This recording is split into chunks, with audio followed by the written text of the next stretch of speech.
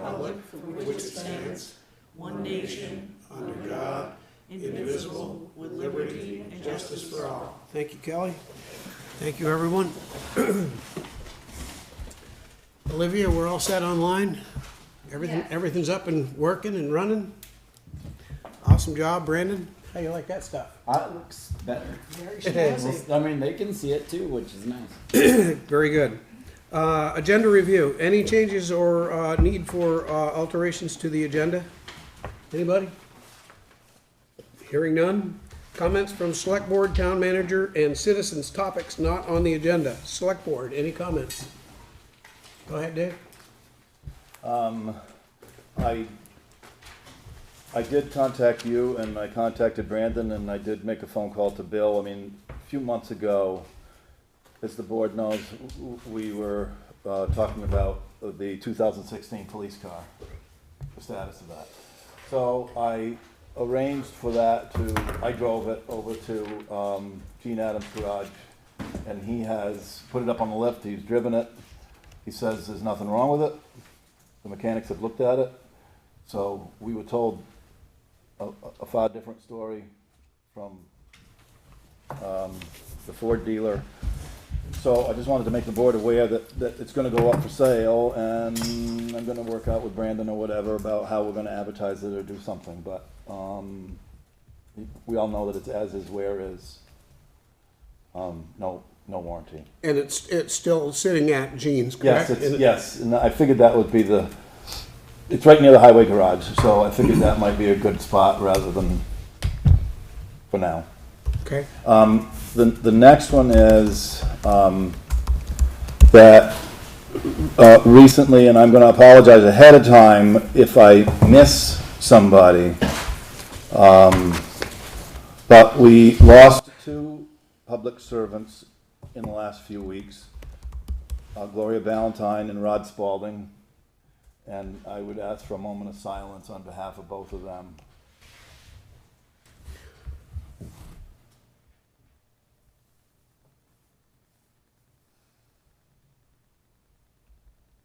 Thank you. And I don't know, I know Gloria's service was Saturday, and I don't know the plans on Rod's or, but somebody, if interested, could reach out to the Escutney Fire about that. The last thing I have, well, is this the opportunity to say something about something that's not on the agenda?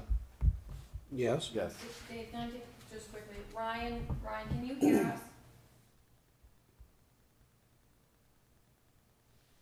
Yeah, sounds perfect. All right, thank you. Do you need to test anybody else? No, that's good. Okay. I did, and it's gonna, where I'm going with this is, and I'm not a board member talking about this, so I'm talking about a citizen who has property in town. Like everybody else, I got my tax bill on Friday, and on some property that I own that's going to have a effect on some public use. There's no deeded easements to do such. My taxes have risen to the level where I am going to develop a plan where it's going to be fee-based. I don't have any current use on this fields and woods, and it's becoming a hardship, and I don't want to sell it, but where the taxes have risen to the level that I feel as though others use the property, specifically the Somerville Main Trail goes through there a lot. But I know that people walk through, they hunt. I'm just done paying $4,000 a year on taxes on 100 acres. So where the town plan reaches out to try to capture and protect these kinds of properties, it's not working. So that's my last statement. I'm gonna make a sign, and it's gonna go up on there, and I'm probably not gonna make too many friends or whatever, but you know, I gotta do what I gotta do, and I don't wanna sell it, so that's it for now, I think. Any other comments from other board members? Hearing none. Citizens? Any citizens? I'm here about the soaring pines bid that went out for the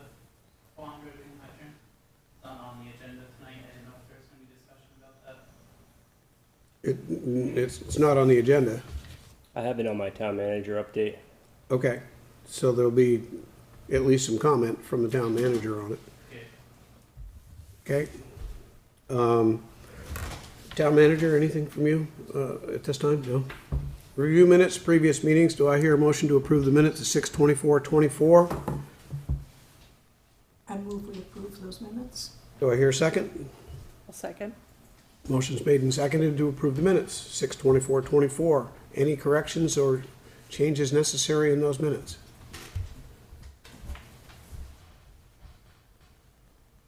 None? Hearing none? All those in favor of approving the minutes, 6/24/24, signify by saying aye. Aye. Any opposed? Any abstentions? Yes, me.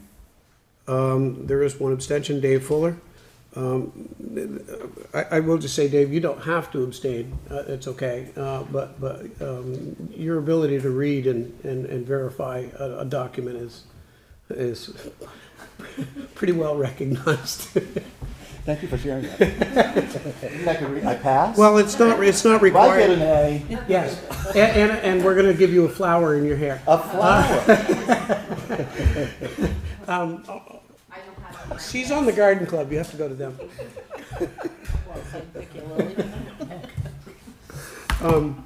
I'm just saying that it's not a requirement that somebody be present in order to vote on the minutes or documents as such, but that's fine if that's what you choose to do. The minutes pass 4-1 with one abstention. Do I hear a motion to pass the minutes to adopt the minutes or accept the minutes of 7/8/24? So moved. Do I hear a second? Second. Motion's been made and seconded on the minutes of 7/8/24. Any corrections or discussion on those minutes? Hearing none. Is all- it, I have Whoop. one question. So somewhere in here, Brandon, I think if I'm skimming down through here, the estimate, or it wasn't the estimated tax rate, it was the actual tax rate effect from year over year. Is that somewhere in these minutes? I think so, right? Yes. Okay. There's been a little public comment up about, how much more we paid, but I think we went through that pretty well, just as a short explanation about how it did not, because the grand list rose by 0.59, right? Yes. Okay, and those are in the, I'm talking, but I'm not reading, so, It's in there. okay, good. Yeah, it shows last year's tax rate and then this year's tax Yes. rate, and the tax rate changed between the two fiscal years. Okay, good, thank you. Page 10 of 73 in the packet. Yeah, thank you. Just for as a reference, Yep. that's a document. Yep. You just wanted to make sure that was there. Yep, Okay. Any further discussion on the minutes?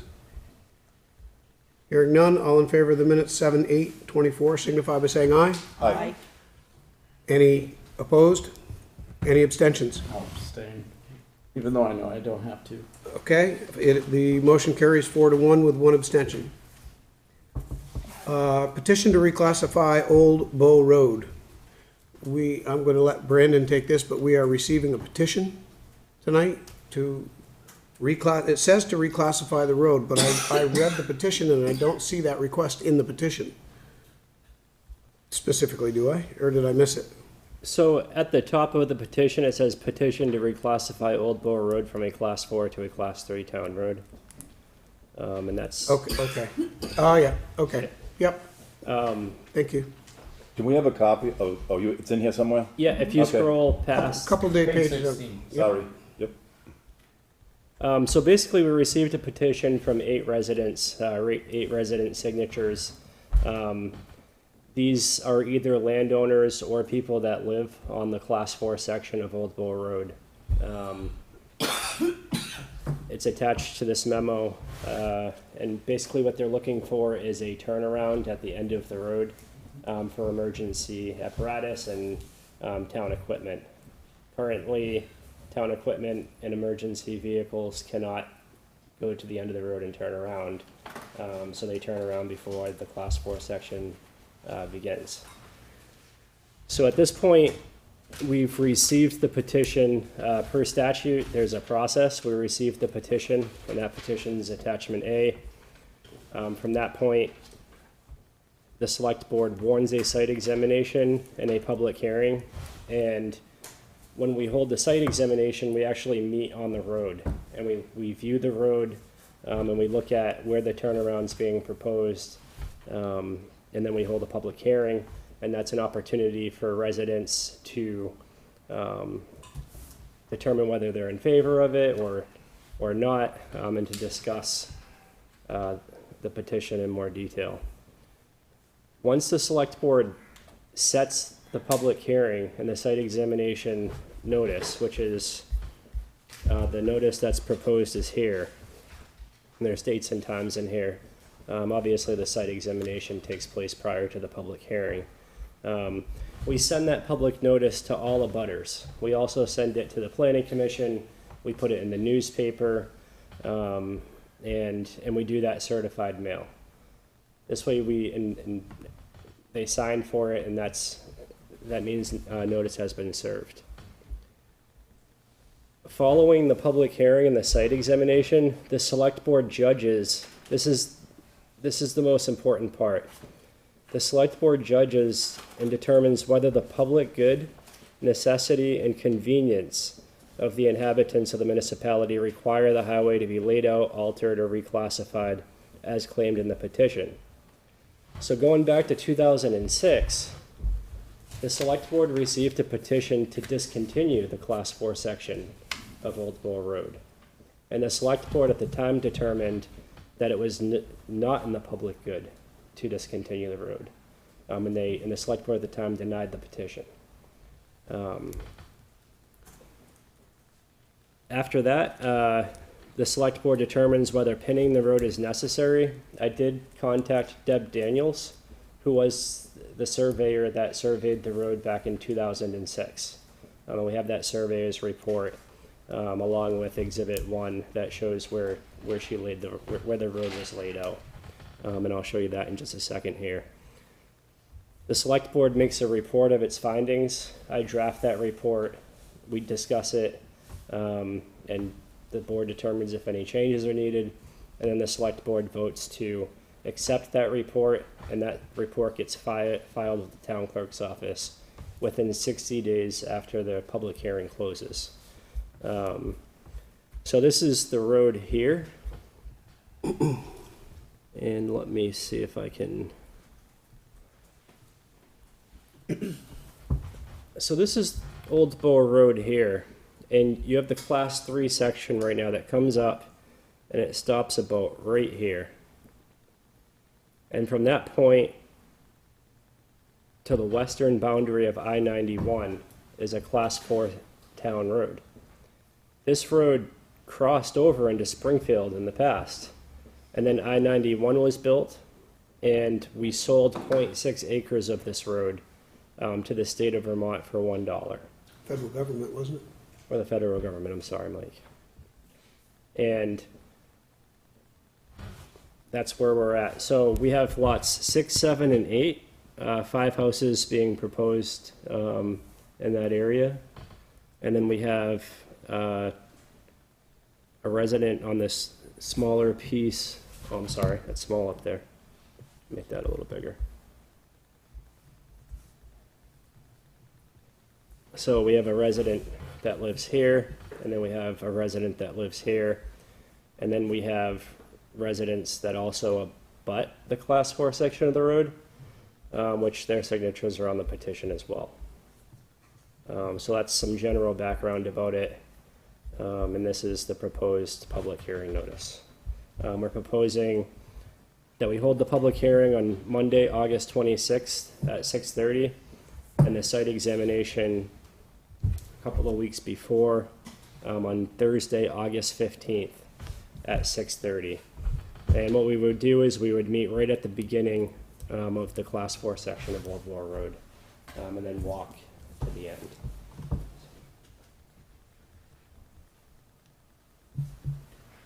So we need a motion to set a hearing date for Monday, August 26, 2024 at 6:30. And in August, and the site examination of the premises to be held on Thursday, August 15th, 2024, also at 6:30.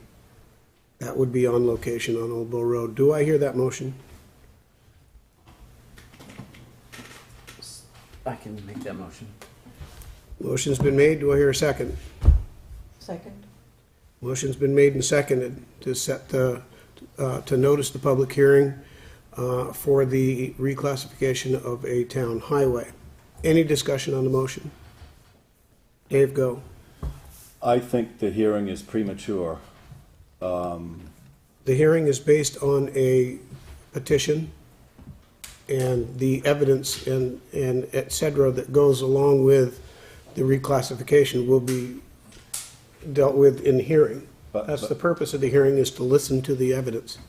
But here's what I know, because I've been involved with several. But be careful how far you go, Dave, Nope, because I'm this not. is not a hearing. This is only a discussion about setting the date of the hearing.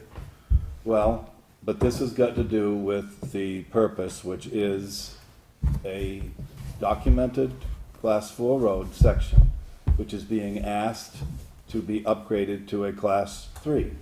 That is stated in the potential, whatever the people want to do. Correct. However, clearly spelled out in the town's highway policy. And that will be discussed in the policy, during the hearing, that will be covered. Well, but the owners, the people that signed this, need to be aware of what their obligation is to. Then they need to come in and read the policy. Correct.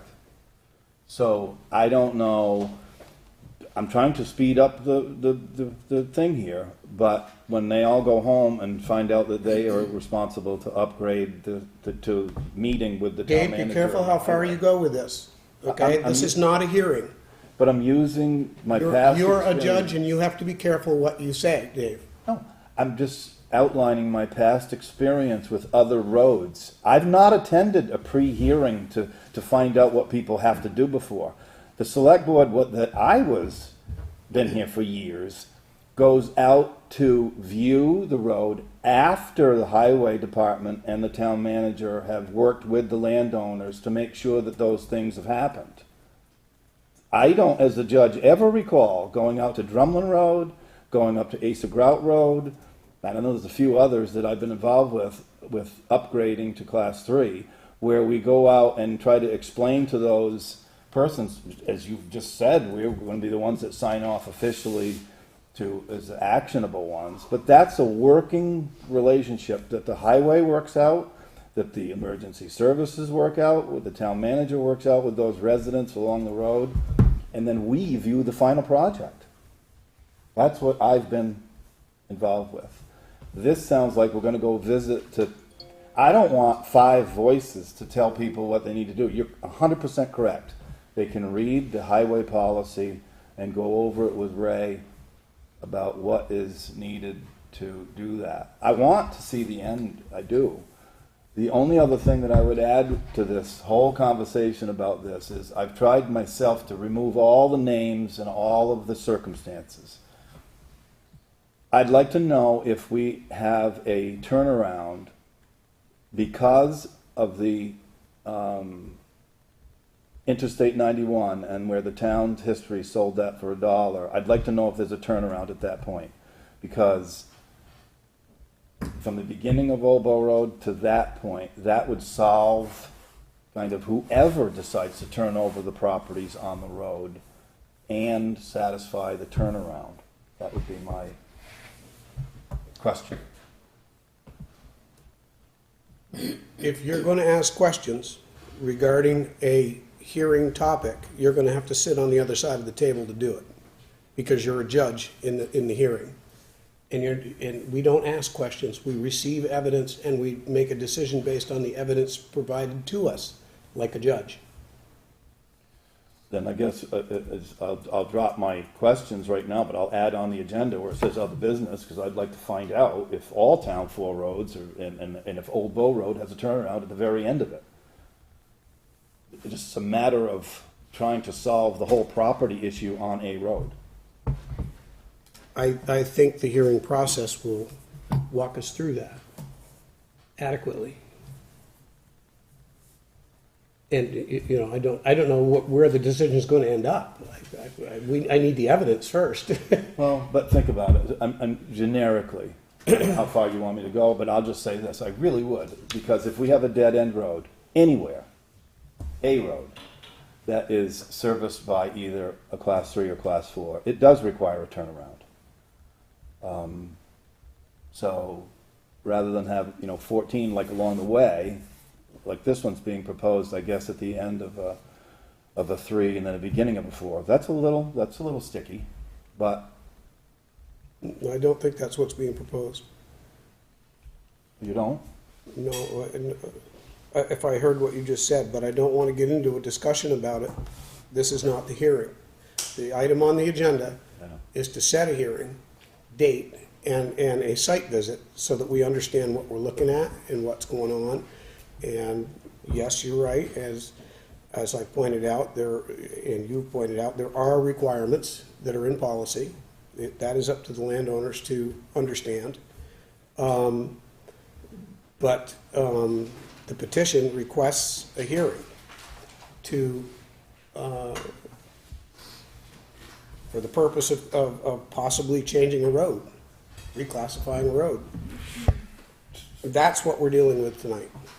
The motion's been made and seconded. Is there any further discussion on the motion? Can I just ask a question? Yep. Is that meeting just for this only? That's not our regular monthly That's- meeting, that's right? correct. Okay. Yep, that's all I had. Yep. Thank you, Kelly. Any further discussion? The wheels are turning. No, I was just listening. It's Okay. I'm just gonna add one thing. I really think that all of this could be worked out with the administration and the highway, and then it comes to us for a judge. I do not see where, we go out and look to see, oh yeah, there it is, or there it's not, but the owners of the properties or whatever along the class 4 road to turn it into a 3 have all the information through highway and the administration that could ever be achieved at a hearing to go see. Because we're gonna have to come home, if this passes, we're gonna have to come home anyway, and we're gonna say, well, get us at another hearing or continue the hearing because of the finality of what they have to do or don't have to do to come up to specs. It prolongs it, which I think they can work through that, and then have one hearing set. The board can close the hearing, ask the chief of highway if he's satisfied, the town manager, and then it's all done.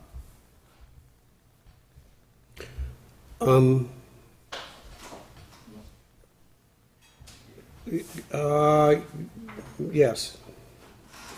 As I had, was reeling Dave in, I will reel you in as well. Be careful what you say.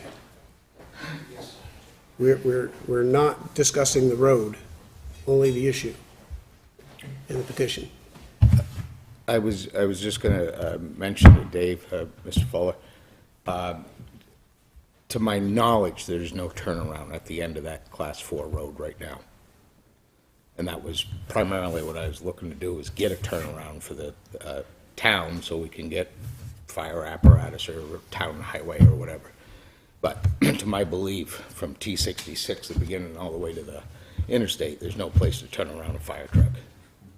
That's all I have. And that's on the class 3 and class 4 sections. There's no place to turn around, and Ray, you could speak to, where are you turning around right now? I don't know if you want to get in. I don't know how much you want to get into this, but Very little. we're turning around at Mr. Newton's driveway right now on the end of a class 3 road. Okay. So All right. So there is a motion and a second on the floor. Is there any further discussion on the motion? I have a question for you. Yes. What will be at the site visit or whatever hearing that you're talking about, because it's a site visit really what we're going, and then a subsequent one 2 weeks after. What are we doing? What are we going to do other than walk on there saying, here it is, or something? What is it that we are supposed to do? No, that sounds about right. We're gonna walk out there, we're gonna see what's there and evaluate the request to reclassify a Class 4 road. Again, I don't know what the decision will be, but I don't see it as being premature Are you to looking do for a this. decision, though, to come back on No. the 26th to No, say? no, Dave, no, no. Then I'm really at Has a loss everybody, here has everybody, have you been out on this road? Yeah. Okay, Not lately, have you but I been out have. there? Have you been out, Rika? Okay, and Kelly hasn't been out. So we need to conduct a site visit. And that's okay. If it is what it is, and it isn't what it isn't. I understand what you're saying. I get those things. I have one more question. This is the last one, go. Don't you really think that this is administration? It's got nothing to do with the board. I think the administration's done its job. We have received a petition, not the administration, us. It's our job. We have received a petition, and we're just simply dealing with the petition, which is a request for the reclassification of a road. That starts with identifying what's there and having those discussions. Whatever it is or isn't is going to come out in the hearing, and a decision will be made from the evidence presented to us in the hearing. I think the process is correct. Okay, any further questions? I'll allow one more if you want, Dave. I'm not used to any of this, so I'm not voting either way, because I'd like to That's see fine. this happen. And That's fine. it's not been the customary way that I'm used to seeing these roads work. The administration works through it with the landowners, we get to decide, and But this is not the administration coming forward with this, it's a petition. That changes things. So there is a motion and a second on the floor. Any further discussion on the motion? Hearing none, all in favor of the motion signify by saying aye. Aye. All opposed? Any abstentions? Dave, did you vote? no, Are you abstaining? yes. Okay. So it is 4-1, the motion carries. The hearing is set for August 26, 2024, at Martin Memorial Hall at 6:30. And the site visit will be Thursday, August 15th, 2024, at 6:30, on location, Old Bow Road, the Class 4 section. If anybody doesn't know how to get there, get a hold of Brandon or Ray, or myself, and we'll make sure you get out there. We did have one that we went out and looked at that, I think it was our secretary over there had used, she used, Lost. well, she used some maps and GPS, and it brought her across a road that don't exist for the most part. It's on their map, but Mike, can you ask Brandon to make sure that the residents who signed this petition have a copy of the town highway policy complete, so that they will be able to navigate their way through prior to this, so they know what to talk, maybe they have already, I don't really know. you got that, Brandon? Yep. I'll send it along with the public hearing notice. Okay. Yep, to everyone. Yep. Yep. Okay. That's that. Hearing is set. You're welcome. Thank you all for your time. Wastewater feasibility study update. Who's doing that? That's Craig. He's on there. That's Craig? Craig, can you hear us? I can hear you guys. Can you hear me? Yep. Evening, everybody. Sorry I couldn't attend in public. So the update is it's a brief update. I owe Brandon and Olivia a letter to send out to the residents that we've identified with sufficient soil and size of that amount of soil that might be a solution for some on-site wastewater. This letter would be an initial introduction and a request to see if there's any interest in letting soil evaluation occur on their property. That is the first step. If we get a landowner who is willing to do that, then we need to start a process of looking at evaluating it for historic preservation before we can do soil evaluation. So there is a process involved before we can actually do any digging, but if we don't have anybody who wants to participate, then we don't have to go down that road. So I owe a letter to Brandon to send out to those residents who have been identified in the two villages. I'm subsequently recommending to Brandon to reach out to the town of Windsor and to the town of Springfield to see if they are willing to have some conversations with the town about any opportunity that they may have for providing potential allocation. Would they be able to connect one of the villages were there to be that option be developed down the road? Basically understand what those municipal options are or aren't, for fear that there will not be a lot of town involvement or resident involvement. So kind of planning for the worst and reaching out to the municipalities, at least initially, to see if they're willing to sit down and have conversations about what alternatives or options might be available. Sorry, I thought I heard somebody talk, so I just wanted to pause there for a second, make sure nobody had any questions on that initially. I had one, and that was just, how many properties were you talking about there? I believe it was fairly limited in Perkinsville. Let me see if I can pull that up while I have it in front of me. I can wait until you're finished if you'd rather. That was just my question. If it's easier now, fine. If you want to wait, that's fine too.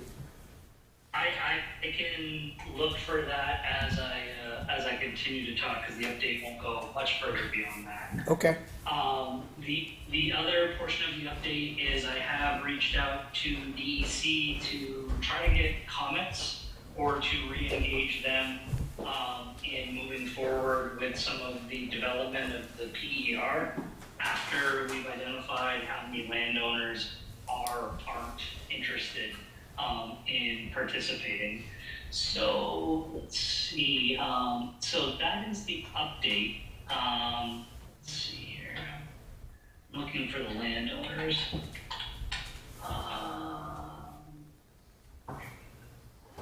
Yeah. So for the Perkinsville area, we identified 9 parcels that have some amount of usable soil related to possible on-site septic. There are varying sizes. One of those does include the United States of America and the town that, or the portion along the river that the U.S. government owns. So none of the areas in Perkinsville are identified as high-level viable sites. They're all medium based on size, configuration, and proximity to existing wells. But also the soil, at least the mapped soils in those areas are not high-quality soils. They're borderline soils, mountain soils, that sort of stuff. So with Perkinsville, that's the number, and we don't have what I would call any real high priority sites. With Weathersfield Village, that number is similar.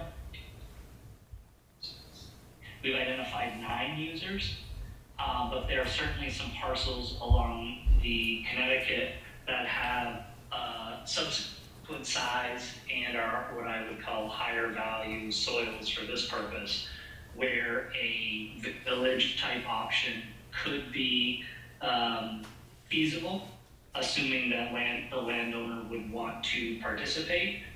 But that being along the Connecticut River as well, it is a high likelihood that we have archaeologically sensitive areas associated with that, which may slow down the time frame with actually being able to get to evaluate the soil.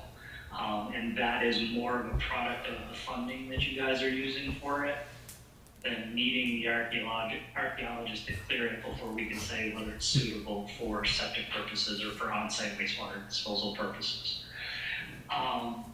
So I do think there's more of a potential in Weathersfield with the size and the types of soils than Perkinsville. If I were to guess which one was more likely to find an on-site solution, assuming that we had resident cooperation. It would certainly be Weathersfield over Perkinsville.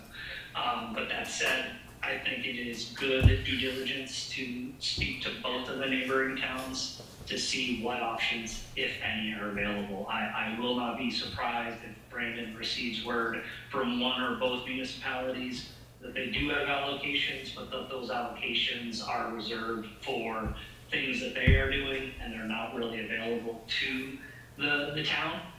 But we should confirm that one way or another, and hopefully I'm wrong. Thank you.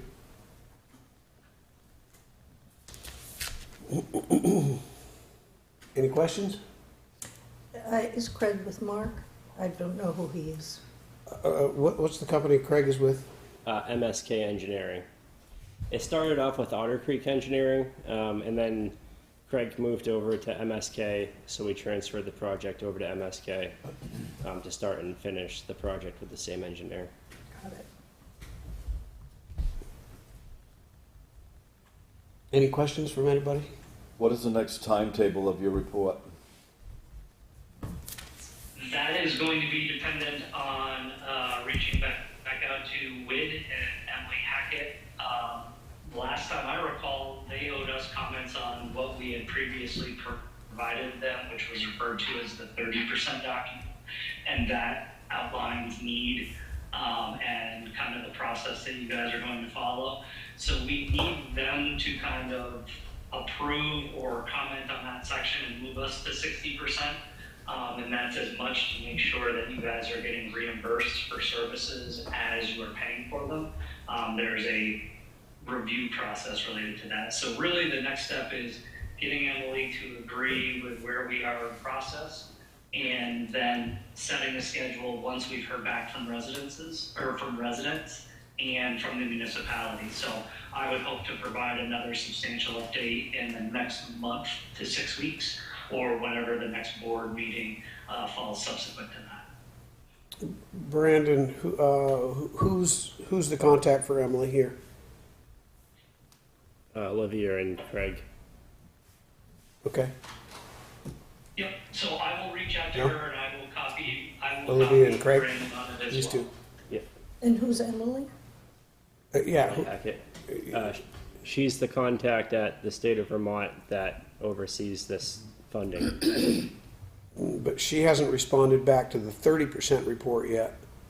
So we need to get after her. I'm sure, like everything else in the state, it grinds along at a hefty pace. Yep. In my transition, to be fair, I think had them putting this down, and if you've been following the papers, they've also been dealing with a lot of projects they were hoping were going to construction and didn't get positive bond votes. So I think there's a lot of focus on trying to salvage the projects that are somewhat close to construction, which this project obviously isn't. We haven't gotten anywhere near that step, so Okay. I do think there's some of that. So I will reach out and copy Brandon. If I don't hear something back in the next week or so, then I will reach back out to Brandon and ask him to yell into the echo chamber as well. Okay. Thank you. I have two more questions, but they're the same one. Go, Dave. For each of the villages, for Perkinsville and Ascutney, are the systems that you're studying full-blown systems which will take solid and gray water, or is it just gray water? No, it will take everything. These will be, for lack of a better way of describing it, large septic systems that will collect all of the village. That's at least the intended goal, was trying to find a decentralized system, which is what the state calls it. But think about it like a very big septic system that collects all of the village, brings all septic and solids to either one location, or there's a bunch of tanks that need to be cleaned throughout the system. You can do it a couple of different ways, but big picture, it would be a septic system that handles all waste related to that. There would be some septic cleaning that may be an annual basis, and that may be a bunch of smaller tanks or one centralized tank if we were able to gravity everything to one location, which would obviously be the ideal situation. So the answer to your question is it will handle everything. Whether or not there will be some solids handling as part of that, it will be likely. To what degree will vary depending on the solution, if and when we get to that point. The last time we had an update from you, and the reason why I was a little more excited about it was because that was not the case, because I think that will complicate things. I think the easier solution, particularly in the village of Perkinsville, where there was 80 some homes or whatever, where it made a lot of sense to see if those homes, or even maybe in the village of Ascutney, because I remember asking you this, were there any standalone systems that were like 200 or less, and the answer was no. So therefore, having a tank at a house really isn't the end of the world if you could have a very large leach field, which would, I think that's where we were at the last update. And I don't know the names of those systems, but.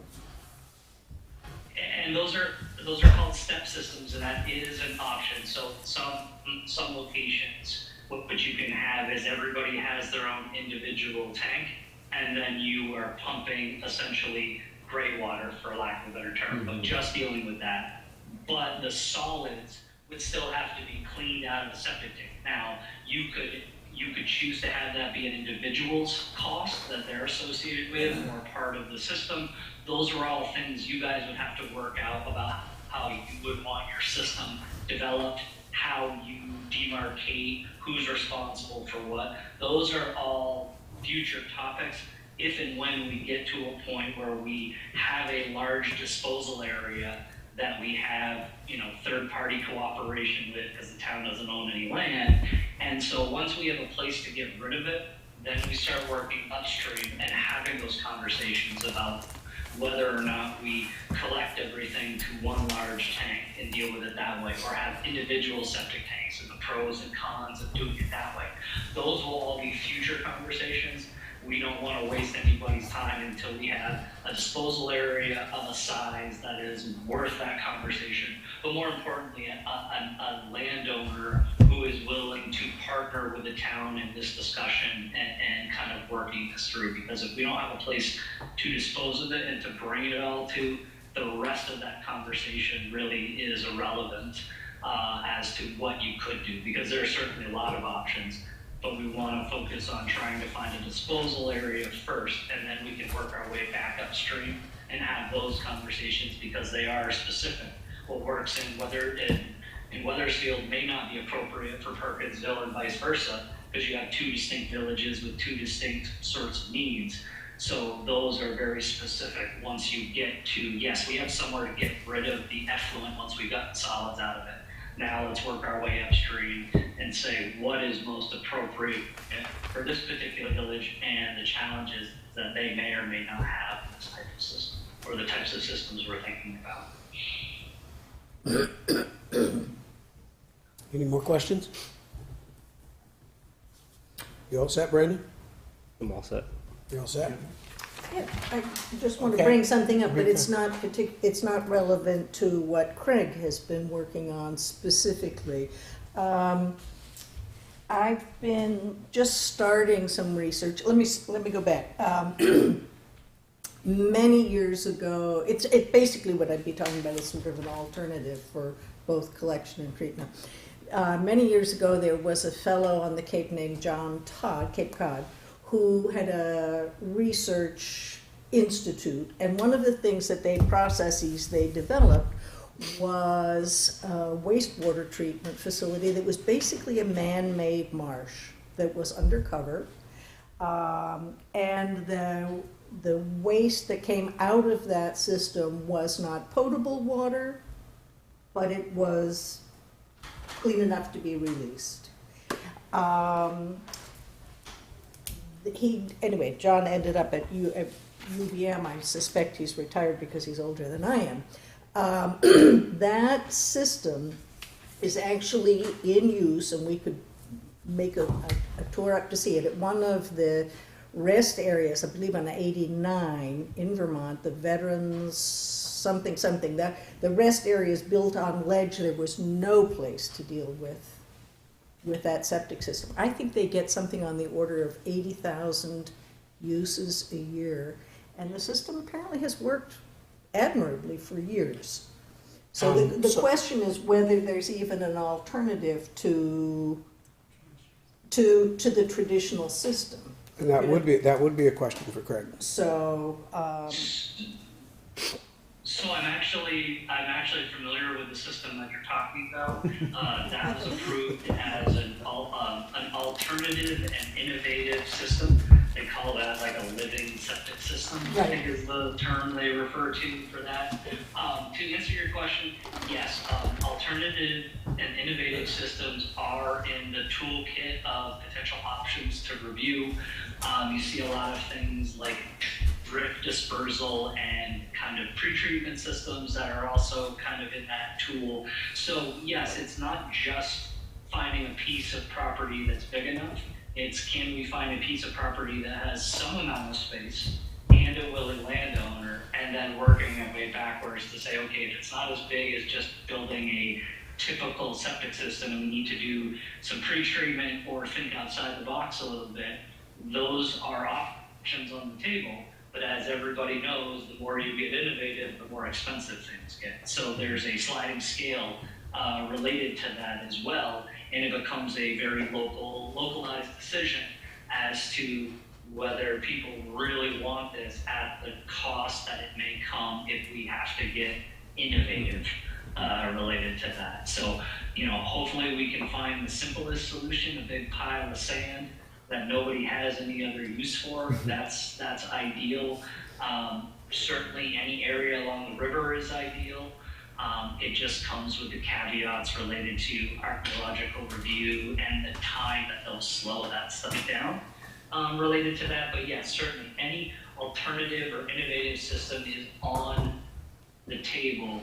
We would just want to make sure we're recommending something that is scalable for what you're talking about at the flows that you're talking about. So all of those things are there, whether or not they're feasible for that particular situation. We would kind of go through our decision-making process with that and kind of show you what we think is and isn't part of that discussion, and innovative solutions would be part of that discussion and looking at potential alternatives. Thank you. thanks. I think ultimately the first part of it is, where's the land going to be? Of course, And yeah. of course. Yep. That's just my summation of what we've heard. Yeah. Thank you, Craig. And any questions? Any other questions for Craig from anybody? Okay, I guess we're good. Thanks. Have a good night. Thank you, Craig. By the way, Brendan, that's what I look like when I'm talking to you on the phone. Pacing around the house. I don't know. I get it. It's driving me nuts watching it. Highway Department updates, Ray?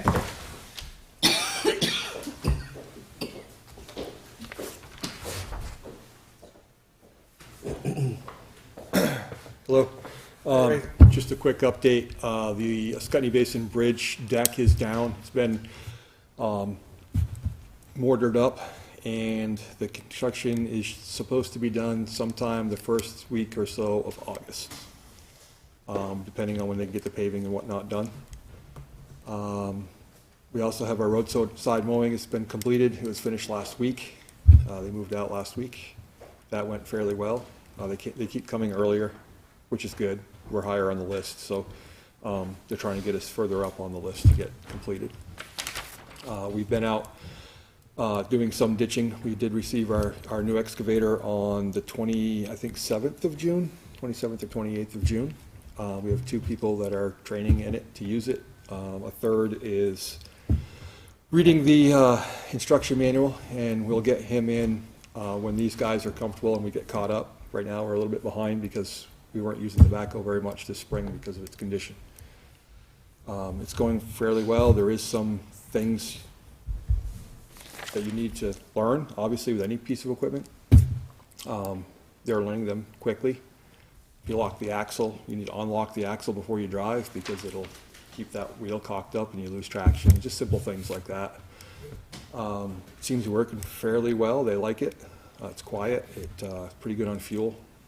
and it fits into the trucks, and it fits on the road, and what they've done so far, they like it, so. Come by and take a look at it if anybody wants to at some point.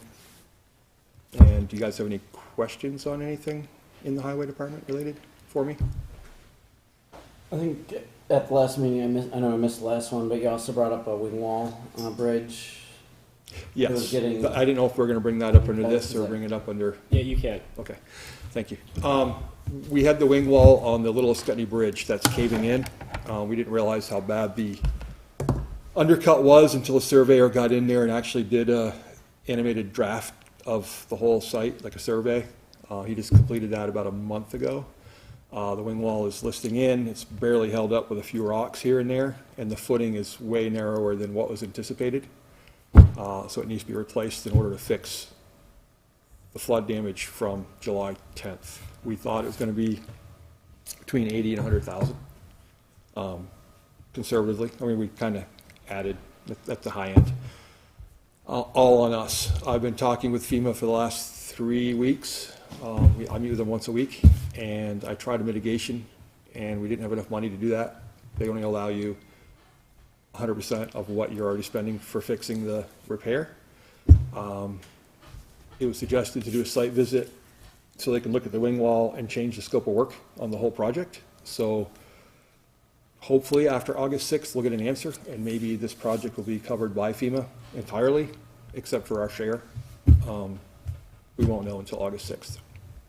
So that's good news. I mean, there's an opportunity to save 80 to 100 grand, so I'm hoping it works. I keep working with them as much as I can to figure it out. I'll keep you posted. Very good. Any questions for Ray? What does that mean that Cold River is expanding their job? I need to get a drink of water, sorry.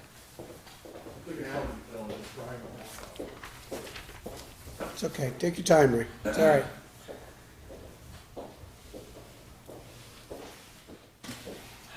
No. This is Little Scutney Road. They're on the Scutney Basin. Oh, So, yeah. oh, at Ronnie Young's? Yes, sir. Oh, totally different project. Yep. Yep. So, So what's that one? excuse me? So I don't even know about that one. I know that there's a couple of trees laying there right now, right next to where the Yes. concrete. The bridge abutment and the wing walls were undercut July 10th of last year. We didn't know how deep it was. I could reach in as far as I could and feel it, but I really didn't have a really good idea of how bad the damage was. A surveyor came, the water was low enough, he came a month ago, and he completely drew the whole thing out, and it's scary how little is on that upper wing wall. It's where the water comes in and hits it completely head on and then turns 90 degrees. The wing wall is separate from the bridge abutment. They're not hooked together like most bridges. So the wing wall is starting to lean in, and you look at the CAD drawing and you can see that there's only a few rocks actually holding that wing wall up. So to put the retaining wall in front of it to fix the undercut, that wing wall's in the way. It's actually leaning, and it's not feasible to actually try to jack it up and put a wall in front of it. It would have to come out and be redone, and then they can fix the whole thing as far as the repair. Is there an engineer designated to this? Yes. Yes. Is there a timetable to do it? So somebody's gonna try to talk to FEMA about it? He is, he's already doing it. August 6th, we have a site visit on August 6th with FEMA. Oh. And, they want to come down to do a site visit so they understand exactly what it is and why I'm changing the scope of work. It sounds like it's going to be okay, but they just actually have to put their eyes on it, and then they have to start the process over again for approval. I thought it was worth, I talked to Brandon, and I thought for $80,000 to $100,000 of extra work, it's well worth changing the scope Absolutely. of work and starting over if they're willing to work with us, and they are. Absolutely. And the other one is Upper Falls Road. That's all designed. I need to get with, I think it's Thursday of this week, I'm getting with the engineer to put the bid packet together, and I'm hoping Brandon can either work with us or I can see him after. We're gonna do the scope of work, and he usually does all the legal side of it to make sure it's right. And then we get that out and get the riprap put back on the Upper Falls Covered Bridge. So of the 4 projects, the 2 remaining are Little Scutney and Upper Falls. Any other questions? Nope. Well, not a question, but, I own up by Little Scutney and owned it for a very long time. And so the dynamic is changing though. About 200 or 300 feet up, north of the bridge, the river is channeling out into the field. And that's all owned by Mike Stankovich, which is well out of the right-of-way of the town. So the water is not very deep on all of that flats. I've had my excavator, you can dig down about 8 maybe feet or whatever. You've got pure water, you've got the river in the field. Mm-hmm. So I think somebody better be aware that in any particular water event, the water is all, not, now it's already going, I'll just say south because I'm going to count Tarbell Hill as north, where it's shedding down to the ditch where you want to replace the culvert on me. Yep. So at the level of the disappearance of sand in the river, about 200 or 300 feet up, that it's cutting so hard in there, there's a pretty strong chance in 5 or 10 years probably that river is going to want to change its way and come about 200 feet south of the bridge. The way the water is allowed to turn and go wherever it feels like going. Now, for the first time, which I've heard good news, because there's been so much flooding up north and not down here for a change, that they're starting to breathe that they might want to get in the rivers. That is good news. The A&R, Scott, I saw the people speaking publicly because there's got to be a happy medium here, including what I asked for in the emergency management plan. In this particular site, the only exit of water which would help the bridge, would help, unless we're going to give up Little Scutney Road, which, I don't know the answer, but is down by Amson Schoolhouse Road. That is the only exit of water for the whole valley of Reading. Happy to take you to a look. So it floods the transfer station and everything. The whole release is right there. So I'm just saying that for you to keep in your mind. I know you probably do about this FEMA thing about the bridge. Yes. But the way the water is cutting. There's the FEMA repair is as was. Right. There's other money out there for mitigation. Right. And they're talking 7-figure projects. And the floodplain restoration and fixing, in a perfect world, you buy out the houses on Amson Schoolhouse, you get rid of that white house, and you get rid of all the ledge that's jamming that whole valley together and let her rip. But that's not going to happen. They're not going to buy out all these houses people don't want to sell.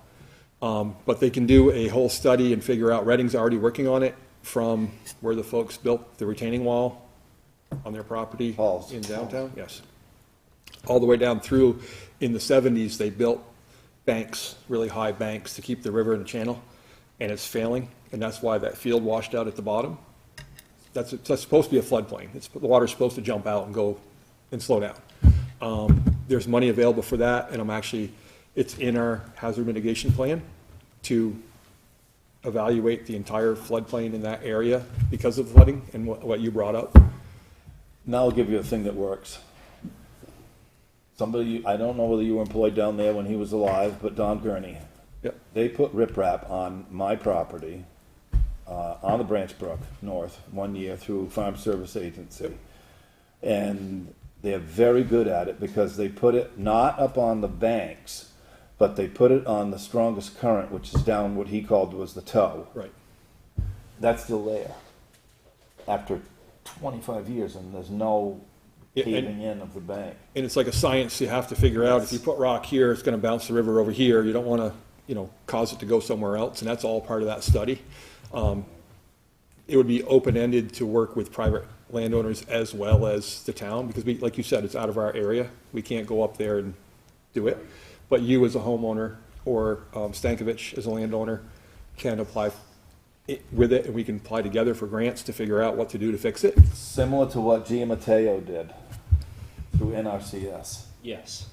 Yes, same exact thing. But we would work, it would be a stronger argument to get the money if it's the town and the landowners working together. Which is what you did, right? Yes. Correct. Wasn't there some grant or something that Gia Mateo, because I was on a conference call one time with them, right? Yeah, we got 50,000. Yeah, but then they didn't have any, there was a point, it had just happened, didn't it, where now they don't have to pay any? Yeah. Something just happened. It went all the way up to 100% funding. I know, that's a big deal. Absolutely. Yeah. Anyways, that's it. Okay. Any more questions for Ray? Go ahead, Ray, if you No, want. I'm done. I didn't know if you guys had more questions I can answer. Any more questions, anybody? Good job, thank you. Thanks. Keep up the good work.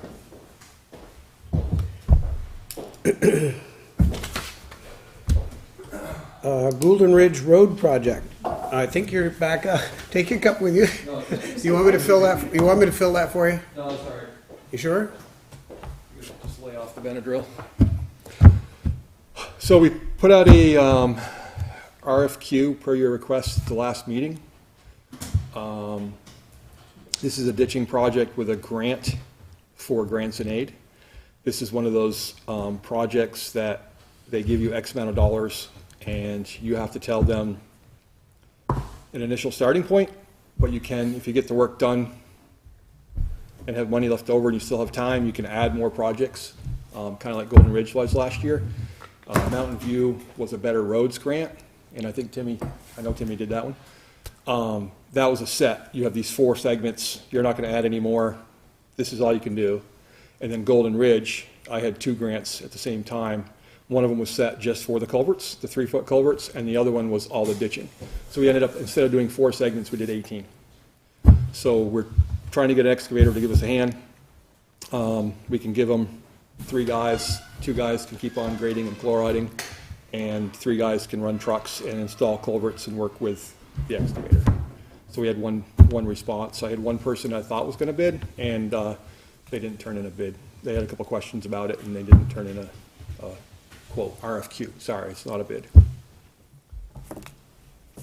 So that was the result.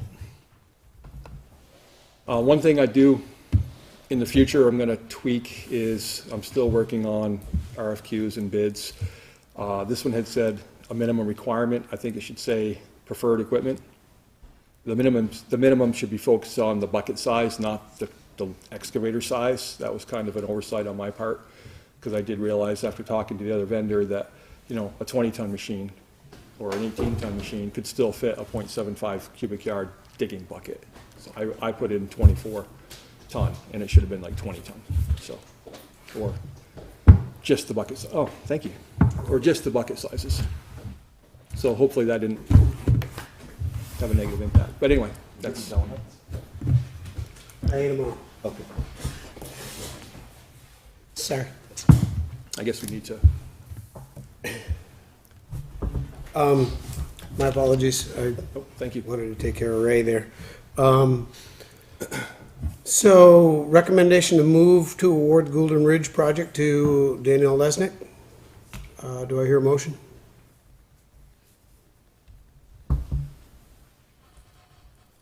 Well, somebody's got to do something. I'll make a motion to do it just for discussion, because I wasn't here at the meeting, and I've got a couple of questions, but, so I'll put the motion on the floor for discussion. Motion's been made and seconded to move forward with and award the Golden Ridge Road project to Daniel Lesnick. Discussion on the motion. Now I got a couple of questions. Go ahead. So, I wasn't here on the 24th when this went out, so when I look at the minutes, and if I scroll down on the minutes, it said the board, it doesn't say anything about putting out an RFQ. It says that the board, on the 24th minutes that we just passed, it says that the board went back and forth on discussions about bidding and then projects or something, but it didn't go into saying, go ahead and release an RFQ for this. Minutes don't reflect that. So, do we have a policy on RFQ or these other add-ons to whatever the letters are at the end? Because I'm only used to like a request for a proposal or a bid or something, and so it's kind of new here, because we do have town policies that I think we should follow more closely. Yes. And if you want to make like a brand new policy, I guess that's okay, but then we'd have to go through 3 readings and go through that process. And I think that was part of the discussion was, is it time for these kind of situations, right, which were different because they're not doing the full project. It's not Correct. a project, it's labor or Right. equipment. Labor that maybe we need to develop a better policy that, I think that's where Ray comes. Yeah, you have like a paving project, or if I was to hire, somebody like Timmy to come in and do a whole project where he's buying the culvert, he's buying the stone, he's providing the trucks, he's providing the machinery, that would be a whole bid and, the whole process. We don't know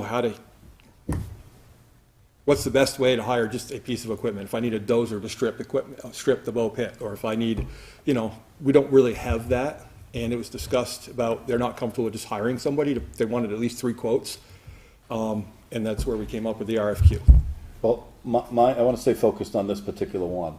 So what you have discrepancy, and so does Brandon as the town manager, but being a department head, and I'm thinking that probably Bill does too, being a department head in the police, to have, I think it's up to $10,000 to spend without any, in the budgetary process, to do different things, to do exactly what you just said. If you needed a bulldozer to push something around, you go rent one, or you get somebody to do, you hire somebody to do it. Right. So what kind of money are we talking about for this specific project?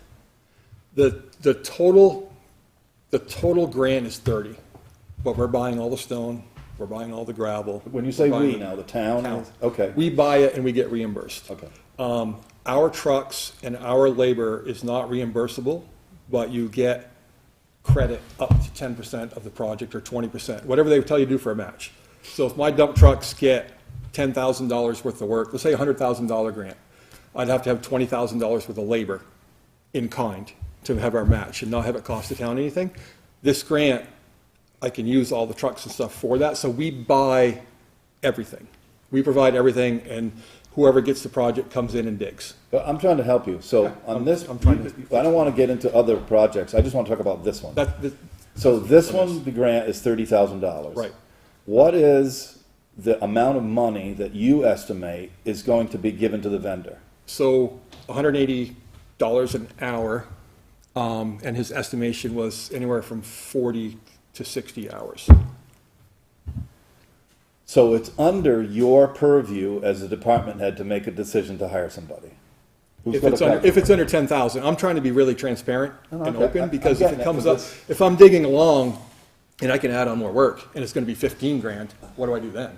I mean, there's going to be some hard questions about why you hired somebody for more than the 10,000, That's what I'm trying to not have happen. Did you contact 3 people? No, we sent out an RFQ. So, but I'm looking at a date here of July 11th, and then the closing was like the 20th or something, or not even. So it was like pretty small amount of time for somebody to. So when you say send out an RFQ, what did you do? Send it? Put it on a website, or what did you do? So we advertise the request for quote. The typical turnaround is 2 weeks, a week or 2 weeks on those. Okay, in the future, I want to get by. Okay, you just framed this. Okay, so I'm not really as upset as I thought I would get, because it's $30,000. It's like maybe 10,000, which is under your own ability to do that money for that. So I'm past that. What I'm talking about for the future, we had a list when I was emergency management of a list of contractors. So I suggest that we, in the future, that we give a document to them saying, hey, I know that Gary Brown, Mark Bushway, I don't know if Gurney Brothers, Timmy Sargent, all these people got that list, so that you just send it right to them. Then that would be very helpful. There's like 8 or 10 or something.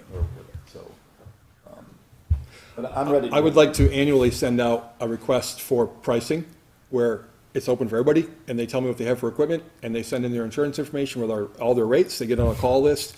Last year, like after July 10th, I called Tim. He came up to the Scutney Basin. He did all a bunch of work for us. He was already in the system.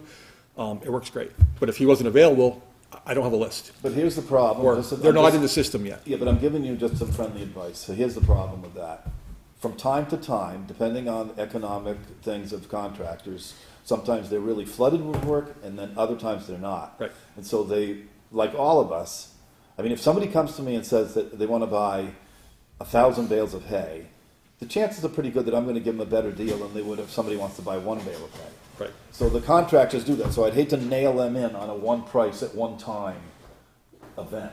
So I don't know. I'm just I hear you. I understand that too. But they do know it's competitive. So if you and I have the same size machine, you're probably going to lower your price a little bit so you can get a better But it's just rates. I can't, we want to have them, and I understand what you're saying, but we also want to get them in the system where I can call them if I have a washout tomorrow and I need dump trucks and a dozer and this and that. No, I get it. And they're already in the system, because FEMA does not like you to hire people without having them already in your. There's a concern that I have is that, I don't want to see the town get too deep in the process of notifying people. Because when you start doing that, Tim comes in and says, well, hey, wait a minute, you didn't notify me. How Right, come? and that's And why. that's a big problem. That's why we really went towards So- the so advertising it. It I needs didn't to call be anybody. some sort of program that makes it available to everybody, and still leaves, it's still up to them to respond to us. It's not up to us to go hold their hand. There's sorry. people out there that request that you notify them if Sure. you have a bid. So you try to keep them in mind and call them, but sometimes, I don't know. You talked about this at that last meeting with us. You know, you've got a pretty good handle on where you're headed with all And again, this. this is, I know it is town money up front, but you're getting reimbursed for all of it except for our labor, which is good. That's a good feeling.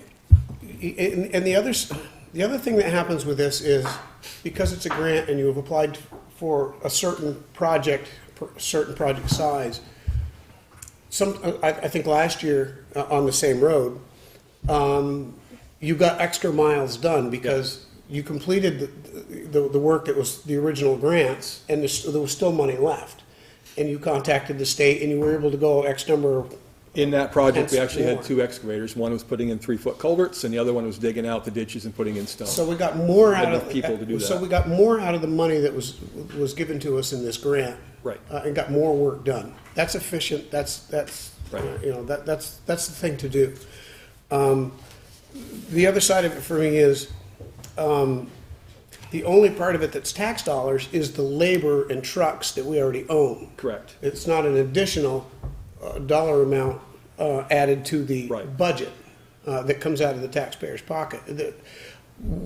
And I say that, I wince a little bit because even grant money is taxpayers' dollars. It's just I was coming just from going to say somewhere that. It else. is taxable. It's just But it's not not all all us. on us here in Weathersfield, so it does make it easier as a landowner or a resident in Weathersfield.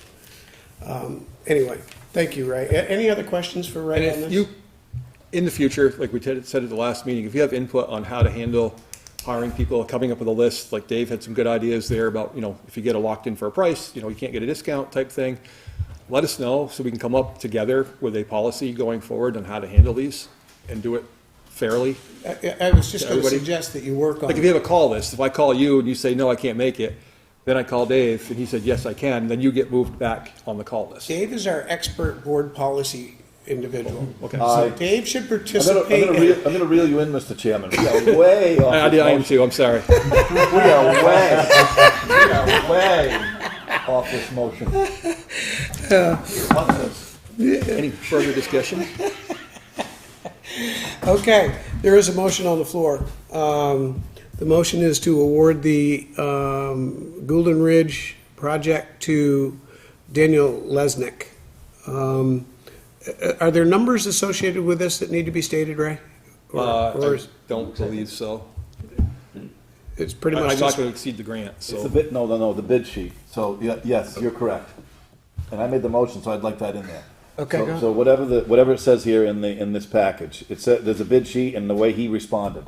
The contractor responded according to the bid sheet. okay, so what's your motion say then? Well, that we award the contract for Golden Ridge Road to Daniel Lesnick at the costs that were noted on his bid sheet received on July 18th, 2024. And the second came from, you're good with that? Yep. Okay, not gonna do an amendment.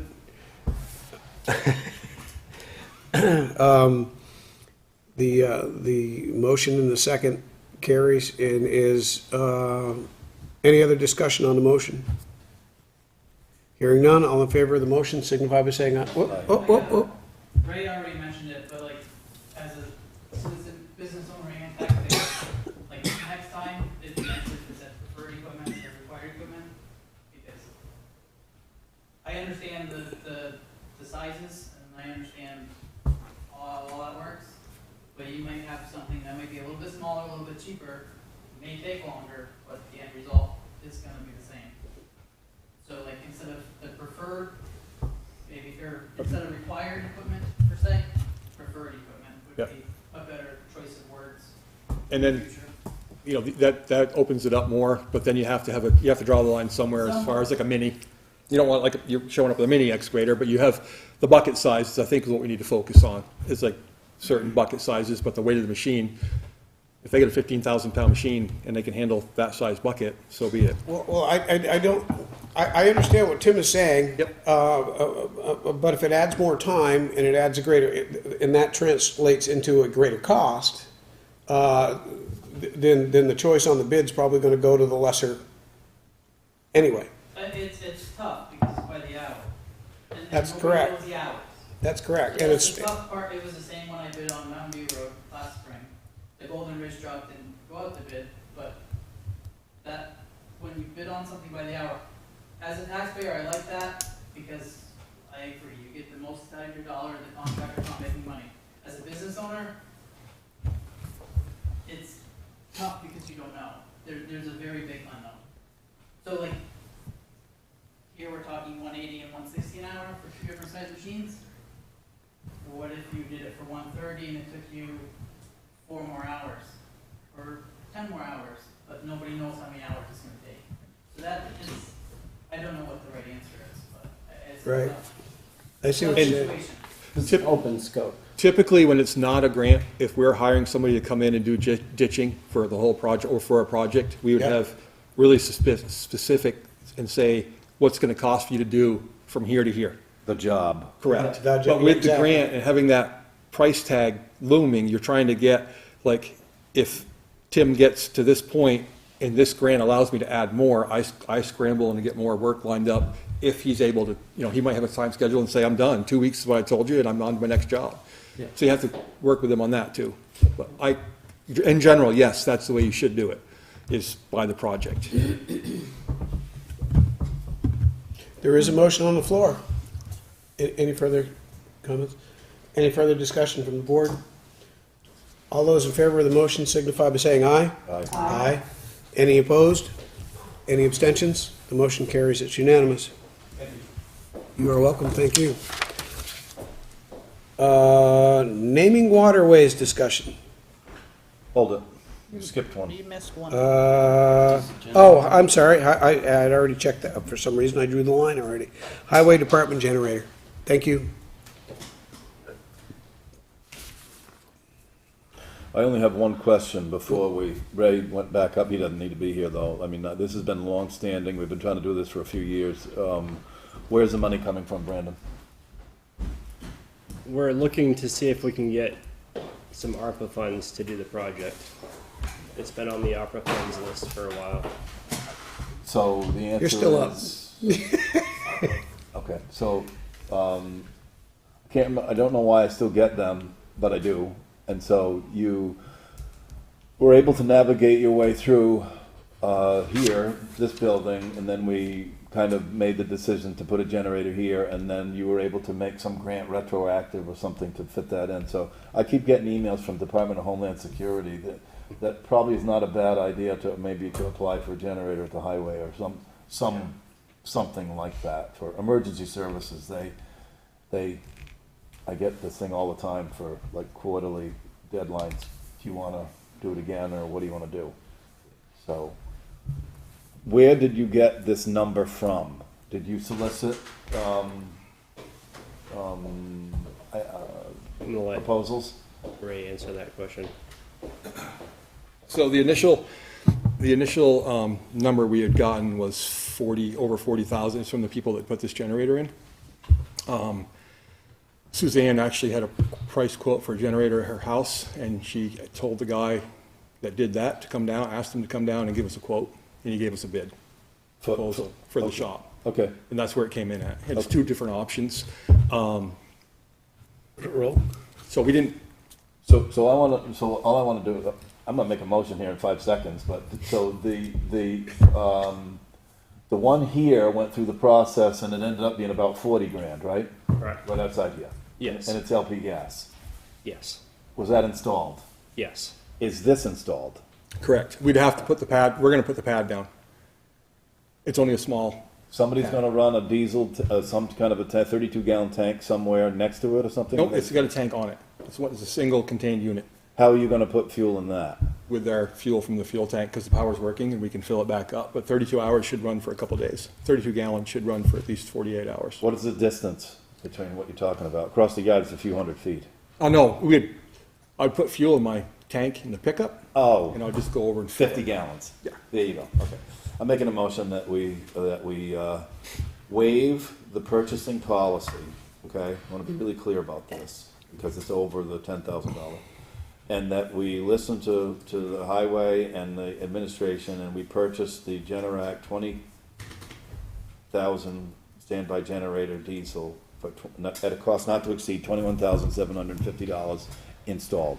I'll second that. Motion has been made and seconded.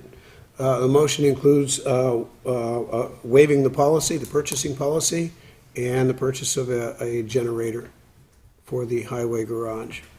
Any discussion on the motion? Do we have to determine where the funds are coming from now or not at the moment? Can we skip a meeting or? Yeah, I'd prefer to do it in August because I may have a different financing mechanism that doesn't come from ARPA. Good idea. I'm just, my other comment will be that when you read all of these lists up here before, it's a big deal to get the machines out of the shed, and I've heard all the stories where 3 men and a boy have to push the garage doors up by hand, and they can't do it, and this is just wrong, so. Dave, out of curiosity, why would you waive the purchasing policy for this? Because of the $10,000 threshold, we might violate to go out and get like 4 or 5 bids, or put it out for a bid proposal or something. If we don't, we gotta, because it's 21 grand. Correct. Our policy says something like 10, over 10, that we have a process to follow. It does, but for emergency purchases, and this I would consider an emergency purchase because whenever we lose power and we can't get the trucks out of the highway garage, there's an exception within the purchasing policy for emergency purchases. And we almost decided to purchase one, but since there was a meeting right now, we decided to bring it up at this meeting. So we could do it as an emergency without waiving the. No, that makes sense to me. I just was nervous about why we would waive the policy. The other thing you have to be careful of too is if you ask somebody for a bid and they give you like a price quote and it's public, 'cause it's in your packet, and then you turn around and put it out to bid, all Bob has to do is read the packet and say, I'm gonna give you $1,000 less. Oh, yeah. No, It's I not understand really Yep. fair. So Dave, do you want to continue with the waiving of the policy, or you want to allow it to go? I am happy, I want to get it done, and if somebody wants to change the reason, I'm happy with that too. I'm okay, this is long overdue. Doing it as an emergency purchase doesn't require us to waive the policy. Yeah, okay. I've been comfortable with that. Okay, so we remove waiving the policy from the motion. The motion will now just state purchasing a generic 20K standby generator with a long-run 32-gallon diesel tank at the total cost of $21,750. Financing to be determined. Did they give you a timetable? There's on the thing, I think one was a few months out, and this one was the shortest wait. What is it? I'd have to look. I think it was 5 to 10 days actually on this one. Yes, and so if this passes, like, we can go ahead and get it going, I would hope, even if we don't get it in until August, but. Yep. Good. I really want to get the pad done and everything, so before we start hauling sand. Good. Note that this is an emergency purchase. Yep. As well. Did you have your hand up, Tim? No, sorry. All right. Motion on the floor. Any further discussion? Hearing none, all in favor of the motion signify by saying aye. Aye. Aye. Any opposed? Any abstentions? The motion carries. It's unanimous to purchase an emergency generator for the highway department. Next up, where was I on this one already? Naming waterways. Who's got that? I think that's gonna be me. Okay, hi Ryan. So this is a project that's been on the Conservation Commission's to-do list since before I moved to town anyway. And recently, or I guess not so recently, the board member who had done most of the work on this has stepped down from the board. And we've gone around and tried some different things, but I think at this point, what we need to do is just start fresh. And so basically the point for me coming to the board tonight is to just explain what was brought from the state to the commission and see how you'd like the Conservation Commission to handle it. So basically, Marie Caduto, who is in charge of the watershed programs for the state, she had reached out to, I don't know, it was before me, I don't know if it was directly to Jeff Pelton or if it was to the chair of the board or what, but she had brought up concerns about their monitoring process. The state currently monitors all blue line streams as they define them. And so she brought up the problem of some streams having multiple names and some streams not having any known names. And so what the board had done was go through historical documents and various things to come up with what are the names that have been used for these streams, and what's the history of the area if they haven't been, so they proposed some names. And long story short, there were concerns from board members, and we never really closed out the project. So what I'd like to do is just get some input from the board as to how you want the Conservation Commission to move forward.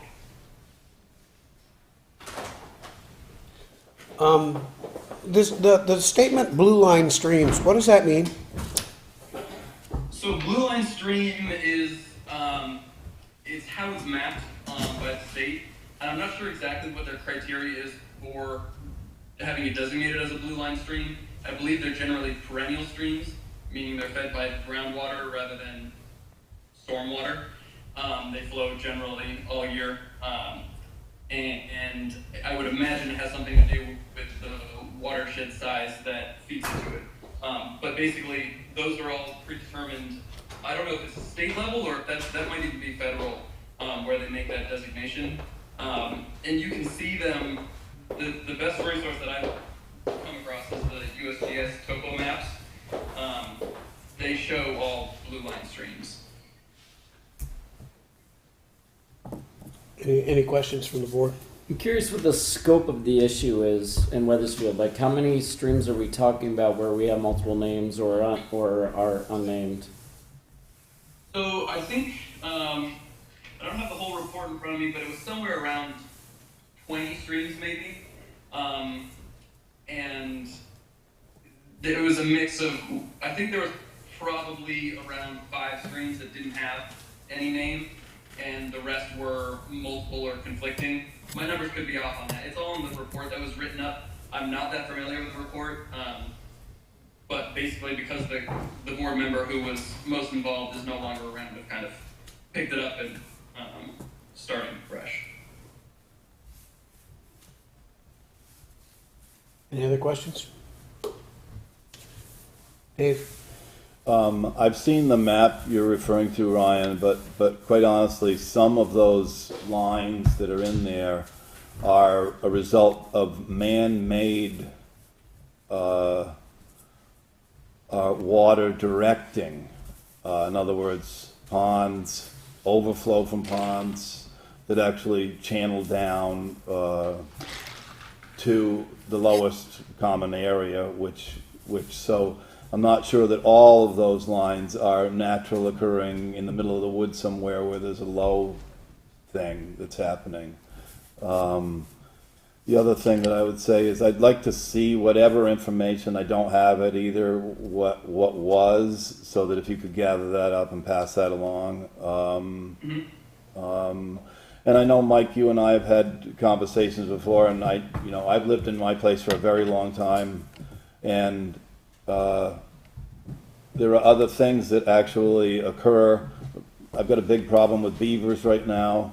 that are actually backing it up again hard for the water that runs down. But the majority of specifically in back of my place is another line that I'm thinking of right now, and I'm starting to take pictures because it is dry as this floor.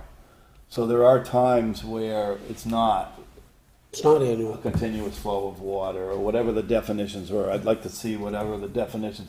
I mean, why is a pond, or a river called a river, or a stream, or a brook, or what? I don't know what. There's got to be some measure of what, over a period of time.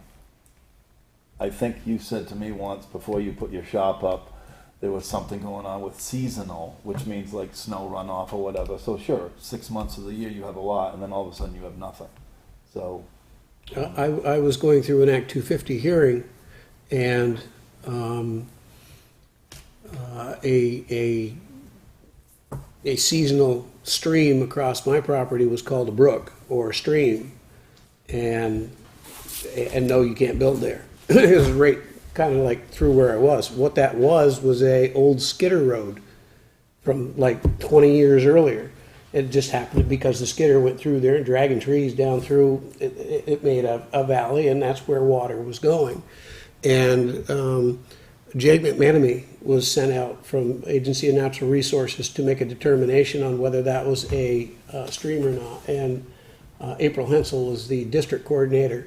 And we walked into his office. His table was stacked with papers, and he was busy. And we had a hearing in a week, and she directed him to go out and look at this thing, and he made one sentence. I still got the email. This is not a stream. He was not happy. That was my experience with Dave. One of the conversations you and I had was, and this is something I would want to know as we start to move forward. What is the implication for any of these waterways when they become named for any landowners?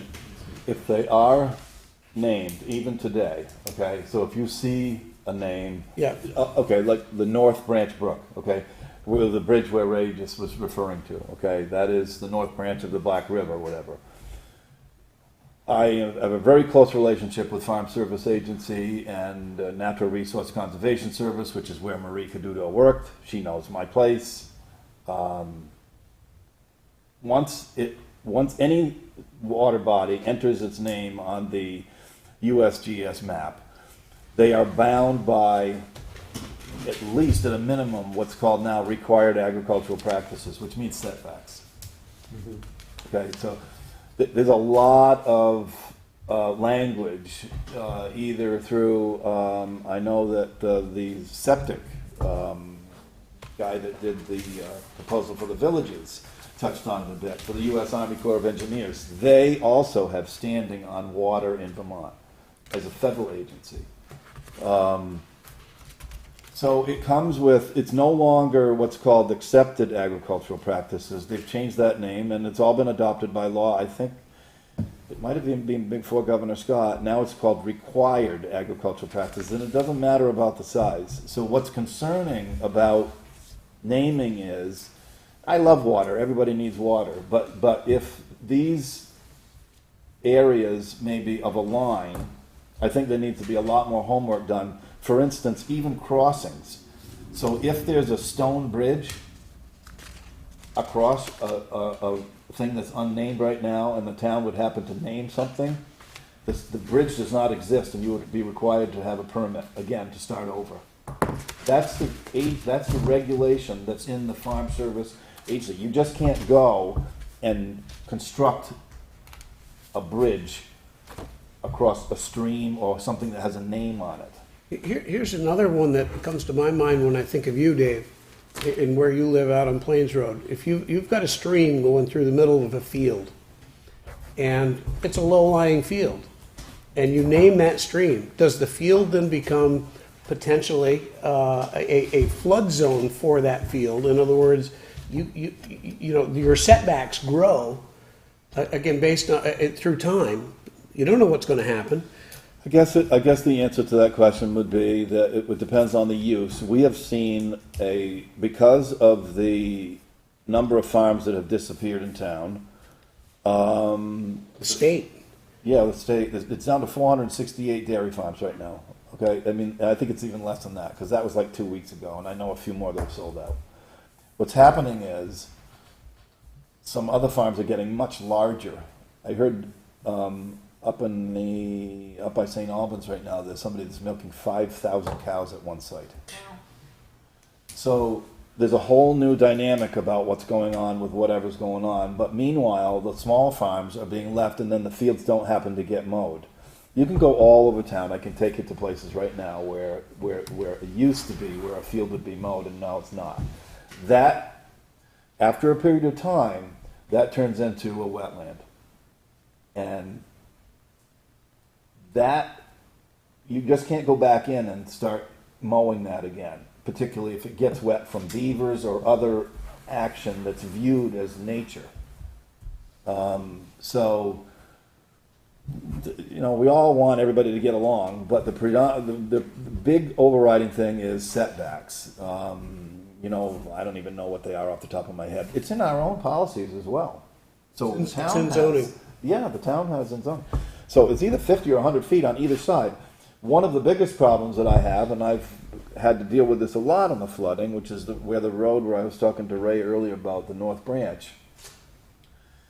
All of that material, you can go right now and look at Stoughton Pond. All of that material is ending up in the north part of Stoughton Pond right now, filling it in like a new beach. I see people swimming out there, sunbathing now on a separate beach because the water's so low.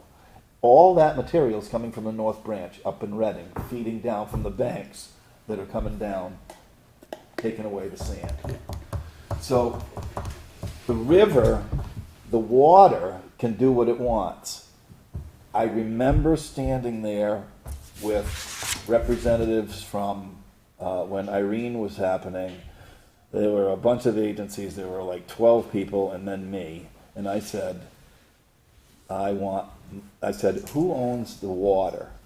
And the answer was the same. The state of Vermont and the federal agencies own the water. I said, who owns the ground under the water? You do. I said, perfect. My dirt is down in Stoughton Pond. Give me my property back.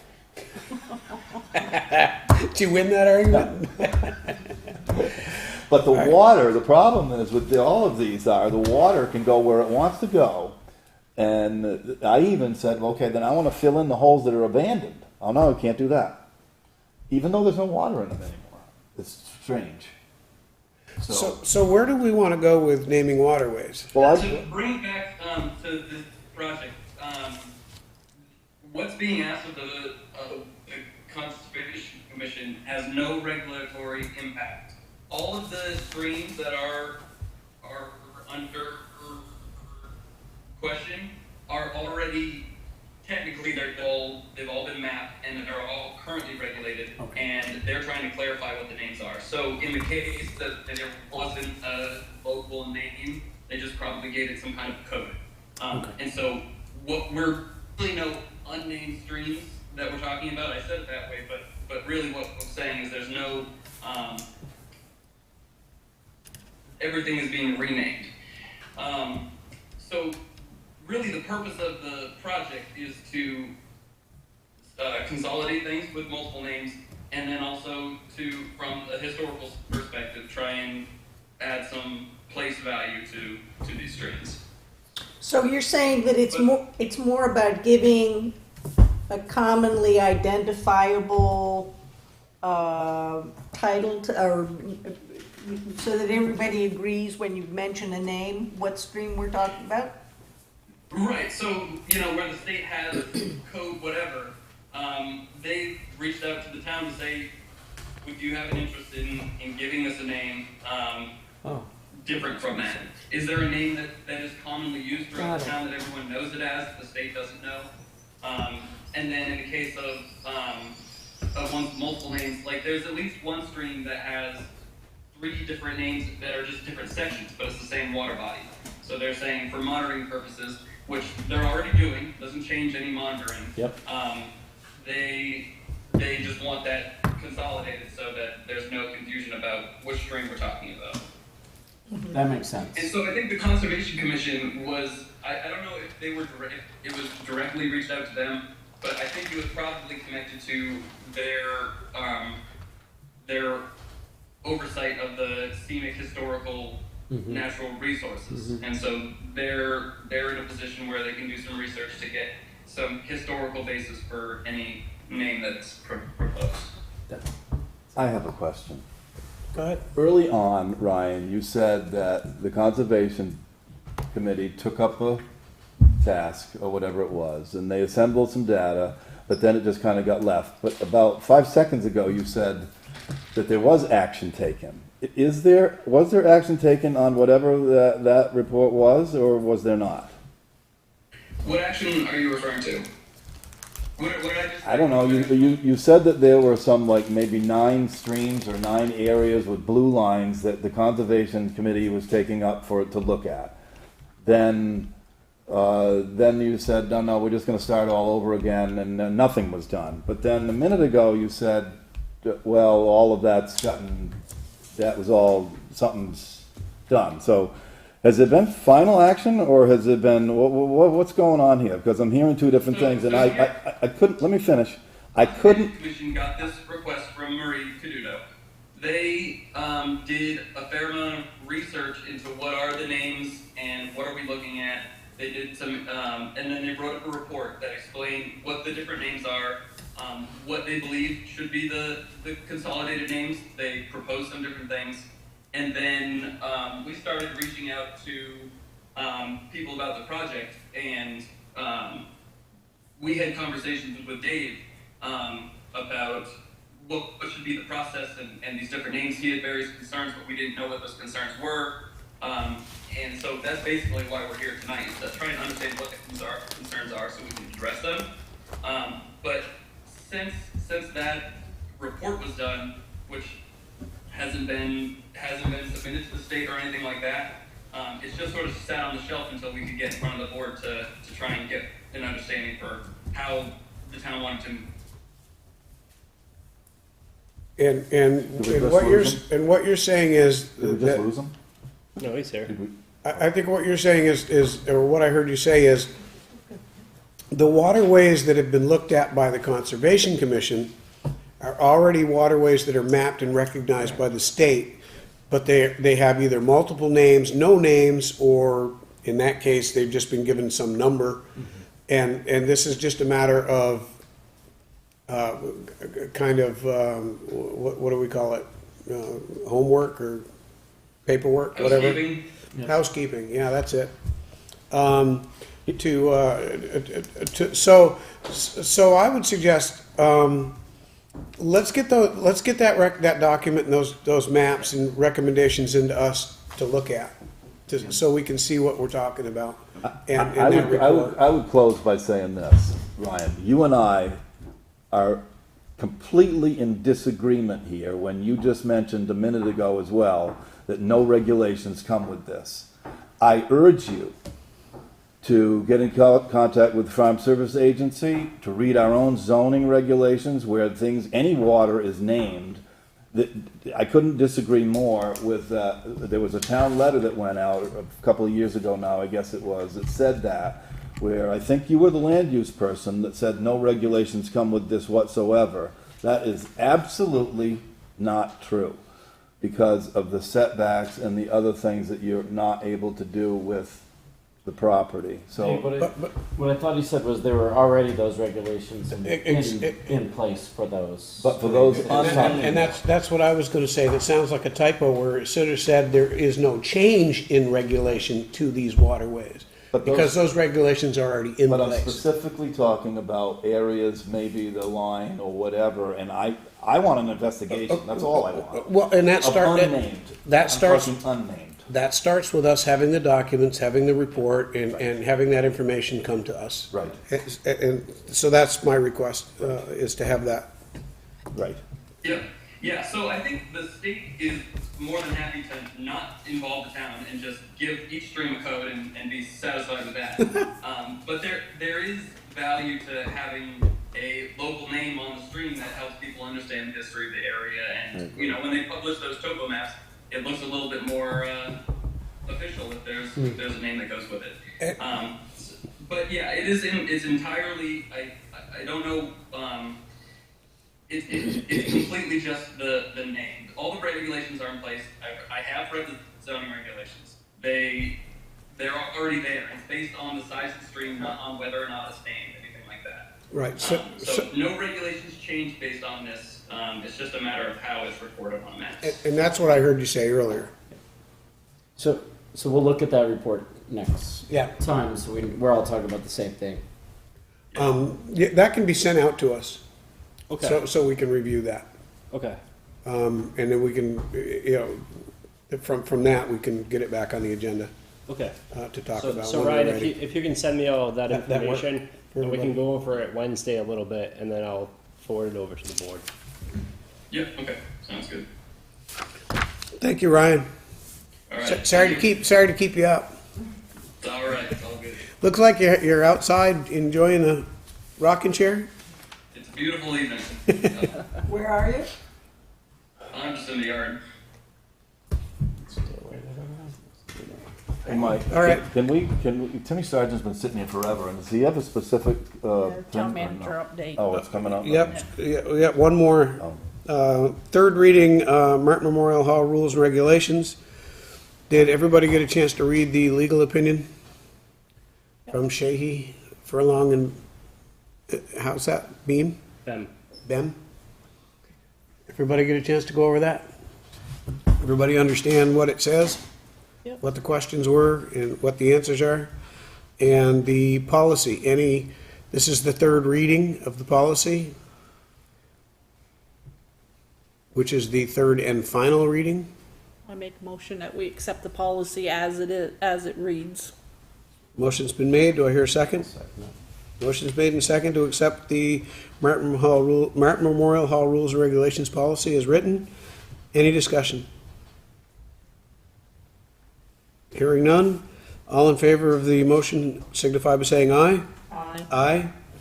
Aye. Any opposed? Any abstentions? The motion carries. It's unanimous. So in the next meeting, we'll have the policy with signature lines for the board to sign when you all sign the warrant. Yep. You're up. All right, let's get a couple of quick updates tonight. The first is we'll have our year-end financial report in August. We're still closing everything up. Invoices are coming in. We're reaching the end of July. So we get billed for certain services that we had in June and July, and those invoices come in, they get approved, and then we close out our books and develop a year-end finance report. So that'll be given in August. I was going to do a preliminary finance report in this meeting, but I didn't have time to get to it. So we'll just have the final year-end report in August. I did do a quick report, and we're not ending the year in any significant deficits or surpluses. So,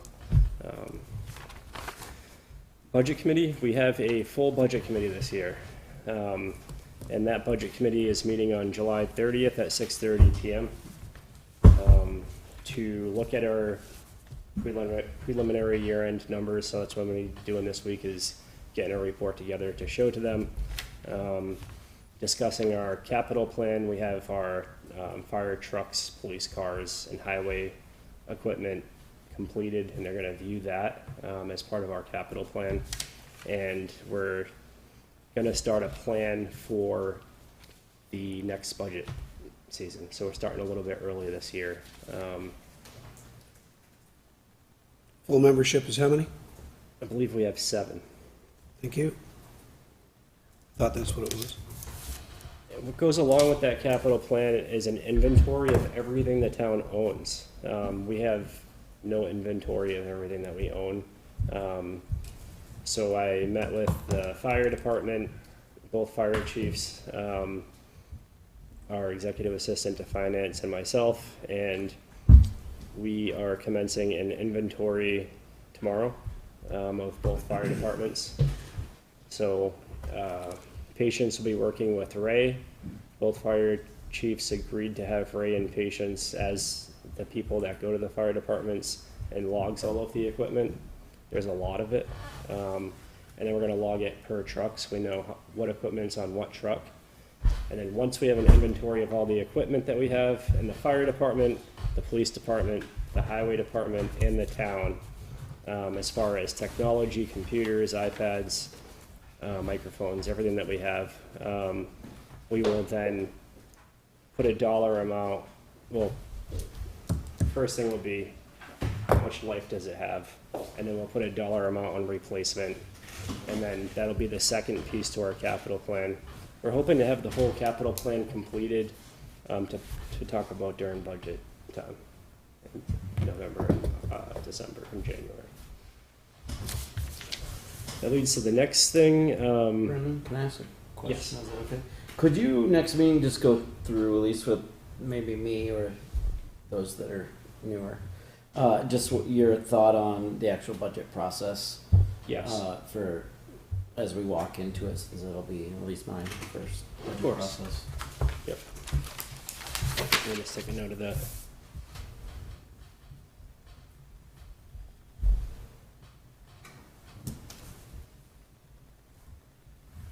I could probably do it faster. I like to be specific. There's a lot of things going on, so if I don't make a note. No, that's not what I meant. Okay. All right. Leads to this, the next thing. The fire departments have decided to combine their software. And we have moved forward with Alpine software, and all of the calls and all of the information from both departments will be in one database, where we'll be able to see everything. And that's where the inventory of both departments will live, is inside that software. In the capital plan, it'll tell you when things need to be replaced and so forth. And it's a really nice tool, and it's nice that both, we had one department that was still doing it on paper, and then we had another department who just piloted the program last year. So this year, both departments, in our last meeting, which happened last week, an agreement was made to move forward with that software. And that leads to the next item. We developed a fire department sort of committee. It's like a town manager task force type of a thing. So I appointed some people to a group of people to work on issues or things that we need to work out.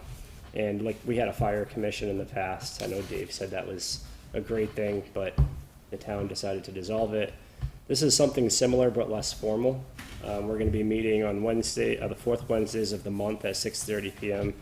and we're going to rotate. So we'll have a meeting here, and then we'll have a meeting at Ascutney, we'll have a meeting at West Weathersfield, and just rotate through the three locations. Members consist of the fire chief, deputy chief of both departments, and myself, and patients and finance. And from time to time, we'll request that the treasurer attend.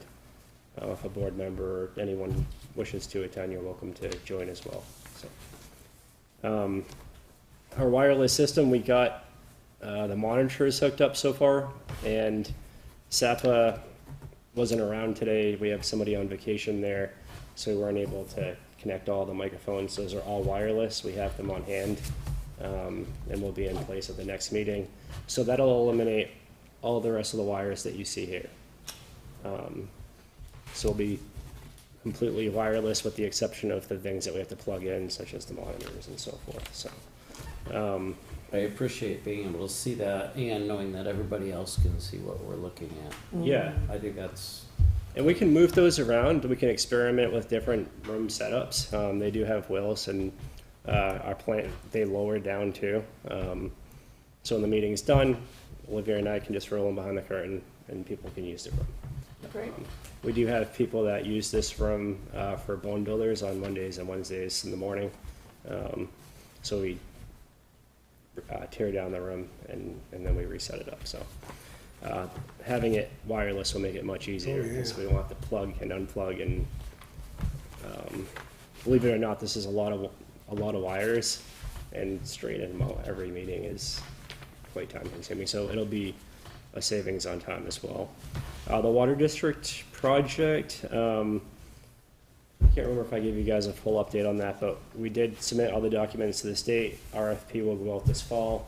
Project will commence next spring.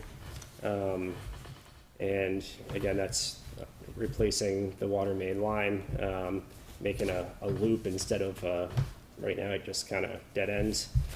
So it'll have better water flow, and we're metering the remaining 87 residents. It's nearly a $2 million project.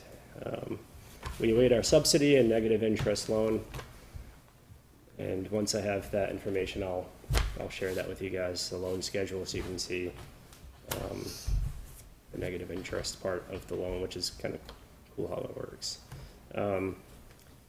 We got a grant for $30,000 to do a PFAS investigation. We tested positive for PFAS, similar to pretty much every water district in Vermont. There's different levels of it. We don't exceed the Vermont or the federal levels, but we still want to get ahead of it.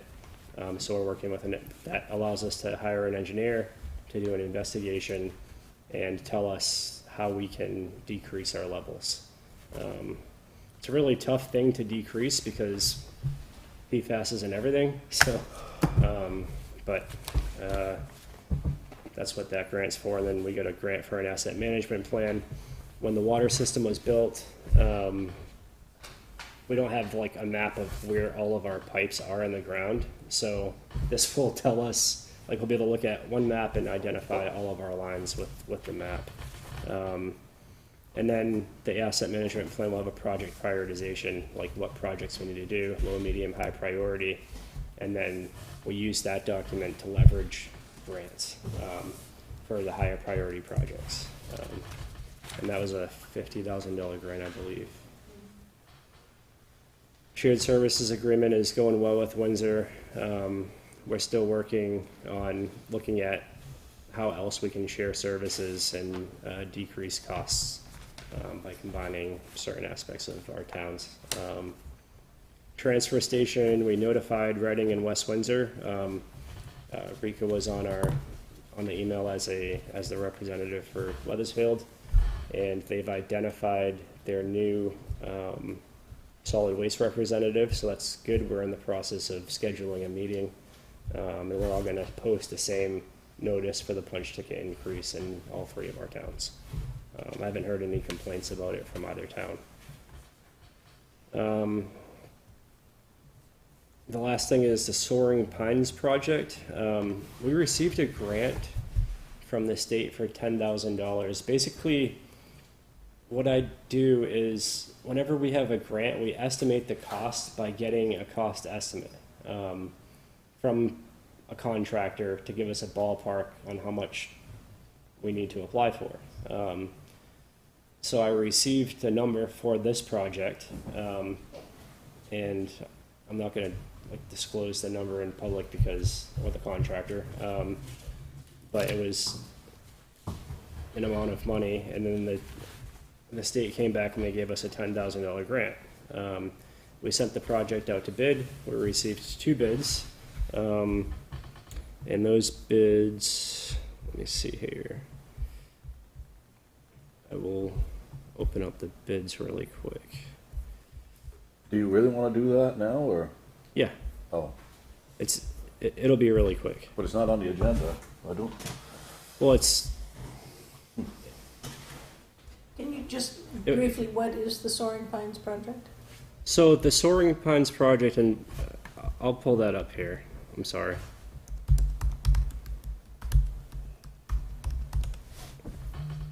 I don't mean to be long-winded. I can feel it's $99.99, so it's a management decision. No, it's not. Okay, bad news. And it probably needs to be an agenda item if it's going to soar above whatever. Well, it could be an agenda item in the future, but right now it's not an agenda item, and I'm going to explain why in just a second. Sorry.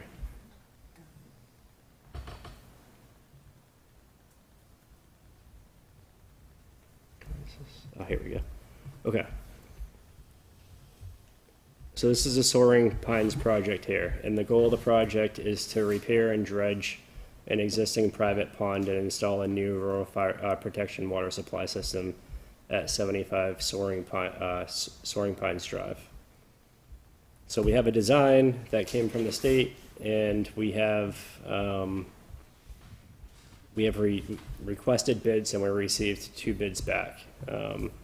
One bid was 40,000, the other one was, one bid was 39,500, the other was 66,300.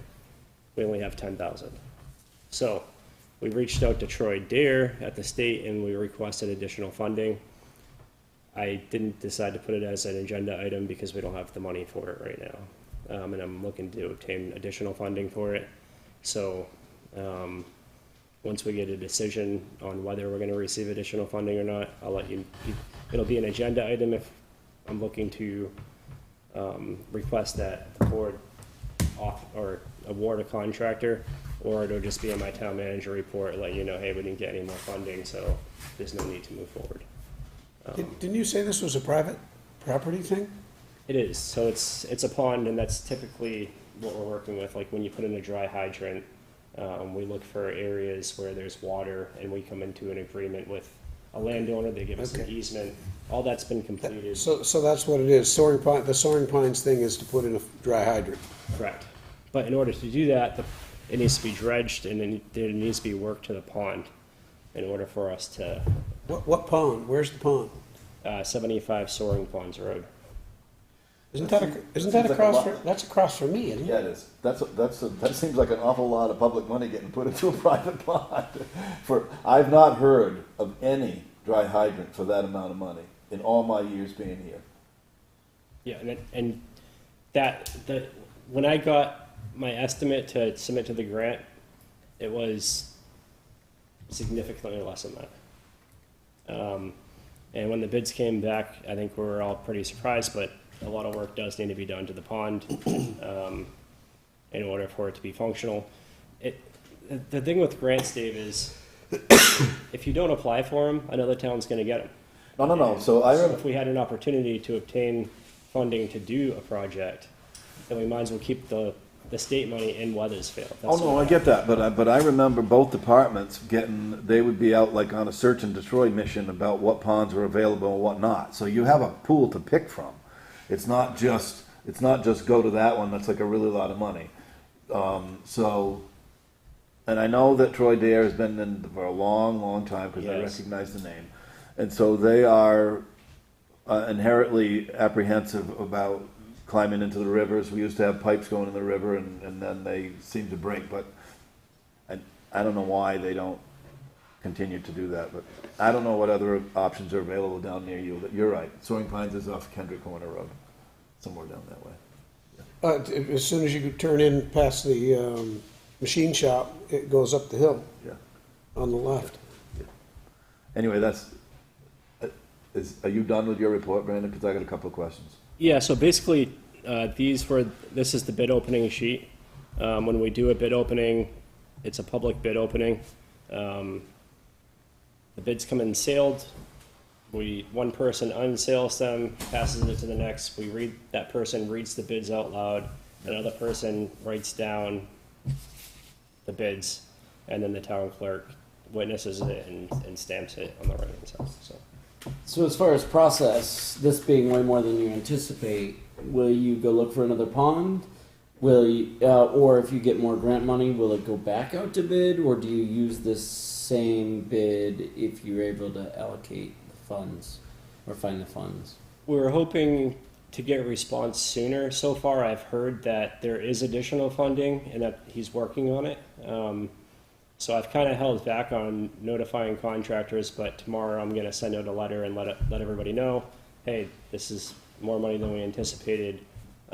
Before we move forward, we need to get additional funding from the state. And if that can be done in a timely manner, we could modify the bid and say, hey, next construction season if we get the funding, or we could decide to, since this project was approved for this location, we could ask that maybe we could reallocate the funding to a different project, but it's already been designed. So typically you identify a project, you have it designed, and then it goes out to bid. So I don't think we have anything in the pipeline with the design that we can get done this fall. The other question that comes to my mind is, out in that area, what resources are there for water? Other, other dry hydrants or, I think that's a question posed to Brandon's meeting every other Wednesday or whatever he's doing at the end of the month with the fire departments. yeah, I think they and that's fine. Yep. When I met with I the don't need the fire, answer right now. Yeah. when I met with the fire departments, and Chief Dauphin said, he's running out of options, and that's why they chose Soaring Pines as their next project. They determined to be a high priority project for water in that location. But I don't want to get in a debate with any of the chiefs, but we just dumped some money into, or there's some grant coming in back in to regenerate the Perkinsville hydrant, and that's a lot more water and a lot more. That's not that far off. Yep. Well, I'll also point out that right across the street on my property is a rather large beaver pond. If you recall, a couple of years ago, they pumped it all summer long to try to get it down. That was kind of dumb. Am I hearing of an easement coming from Mr. Todd? I'm not the only one that owns that land, though. The old Jensen farm owns, the northern part, and I own the southern part. I own the big part, down by the dam. I have a couple of questions about the list of stuff that he had. For the fire departments, so your meeting, you said like maybe once a month or something. Yep. I'd like to hear about, when it comes to us, eventually for things to do with budgets, I'm not interested in learning about fundraising. I'm more interested in learning about how the town or the board can help them navigate their way through those things, particularly non-wheel expenses.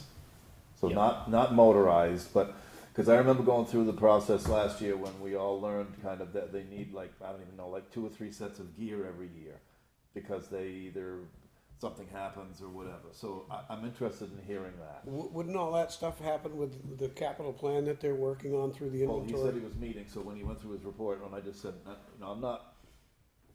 I think that would be helpful. The second thing would be the budget committee. Now you've got 7 members, and I caution you because in the past, the administrations would be having 2 sets of meetings and wear you out. Correct. So I think in any budget process, normally the board kind of sets the mark a little bit or gives guidance to the administration or something, and then but what's happened inherently when you have a budget committee is, I'm not sure that I ever was on it, but budget committee members can get kind of angry and then they run for office because they go through all the process. They go through the process, and then when the final word comes up at the table and the decision's made, they feel left out. So and what happens with the managers, whoever they've been through all this time, they go to meetings with the budget committee and then they come to the board, and then they sometimes can be 2 different things. So that's what I'm warning you. Yeah, that's why I was curious about knowing the process. I mean, mostly I've seen school process, budget committee meets with the board. Yep. And goes through their rationale and their suggestions. That's what I'm curious Yeah. about, how you envision that process. I don't know. That's all for me. I just was, I'd caution you so you wouldn't get stuck in going to lots of meetings and then overlapping information or having a gap stuck somewhat. I saw somebody raise their hand when I said angry. I didn't get angry. Oh. Much. And did you have any more questions, Dave? No. Anybody else? Let me see. The software that the fire departments are going to use. If the 2 of you are interested in understanding a bit of that, it is very interesting. Get a hold of Josh Dauphin. It is his department, West Side, that's using that currently. They've been using it for a few years. It's very interesting. It's very helpful. And maybe if you're up to it or whatnot, you get together with him and he can go through it with you guys. He did it with me and Brandon. It was very interesting.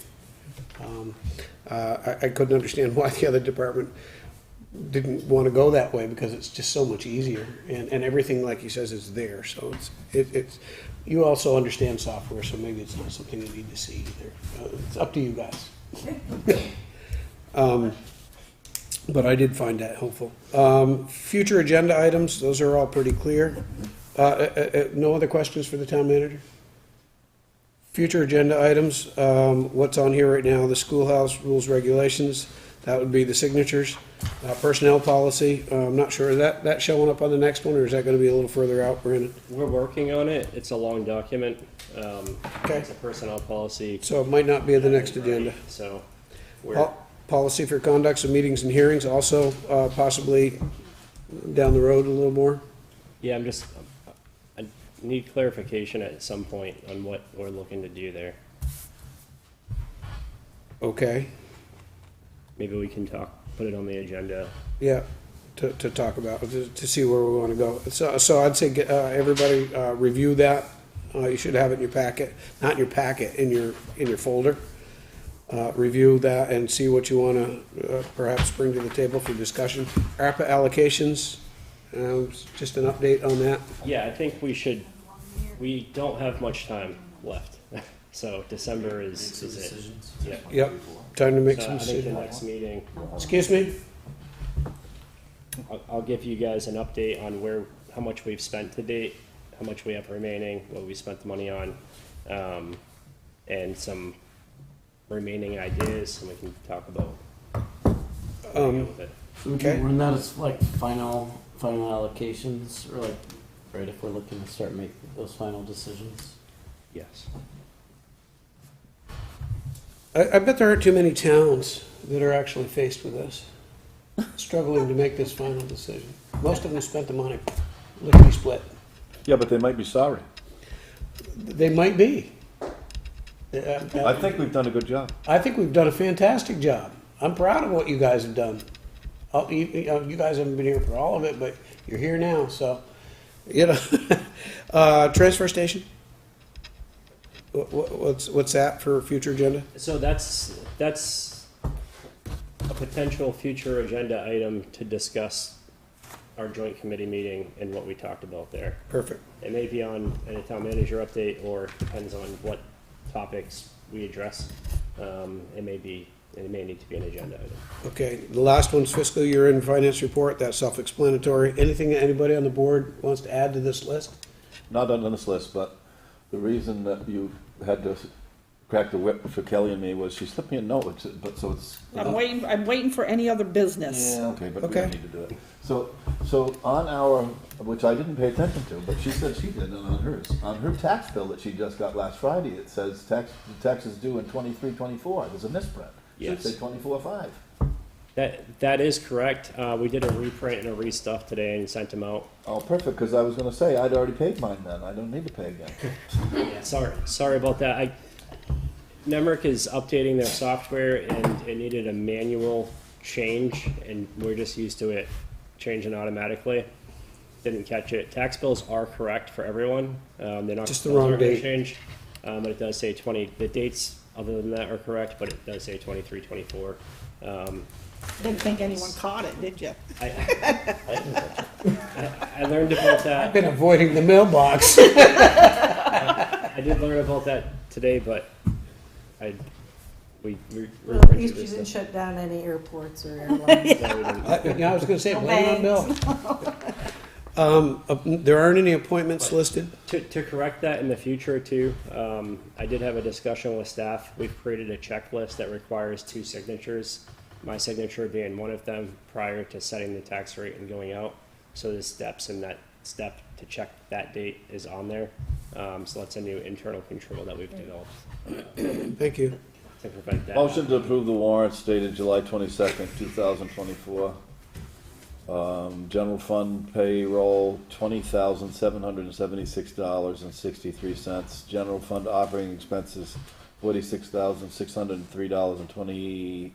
Is that 8 or 6? 6. 6, okay. Highway fund payroll, $10,392.48. Highway fund operating expenses, $38,530.11.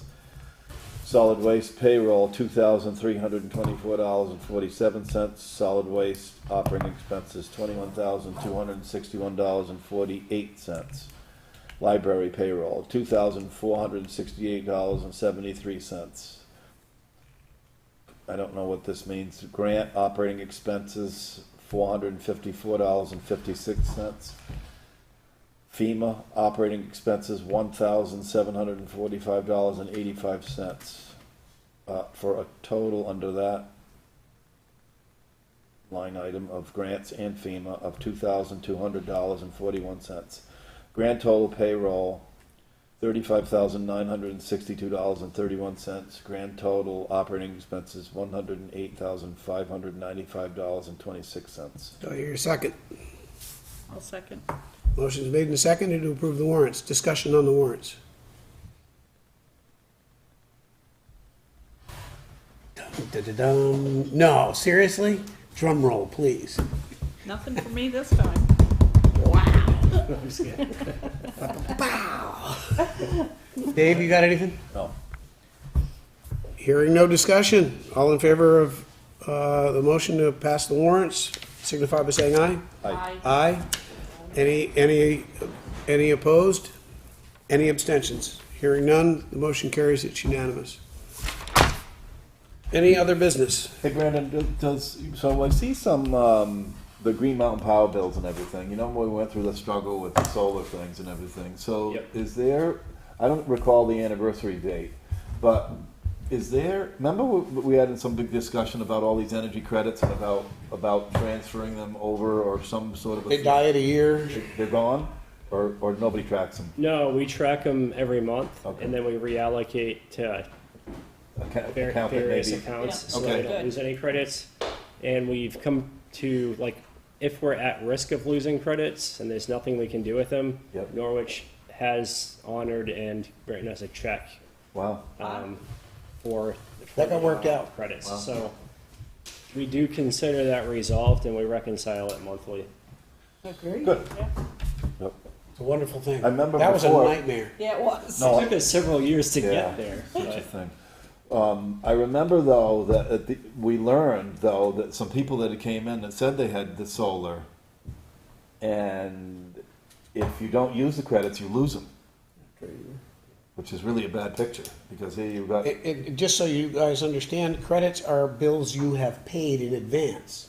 So the credits is money you've already given them. It's not credits, it's dollars. yeah. Okay, and then they go away. If you don't move them around. That was a really sticky wicket. It's really bonus to the company because they're cashing in because they're getting paid by Green Mountain Power. Yeah, they're getting the money up front. Yeah, you did.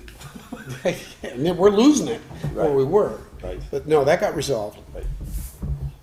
And that was a great job by the staff to, well, and the board, the people on the board staying on top of it, staying after them. So the warrants are done. Any other business? No other business? We got an executive session? Do we? That's what it says here. Yes, we do.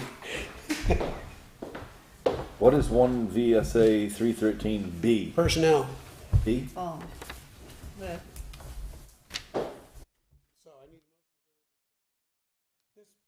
Won't take too long. Motion to go into executive session at whatever time it is. From 8:48 to 9 o'clock. 8:48. And I'm probably gonna have to have you go through most of this, Brandon. Good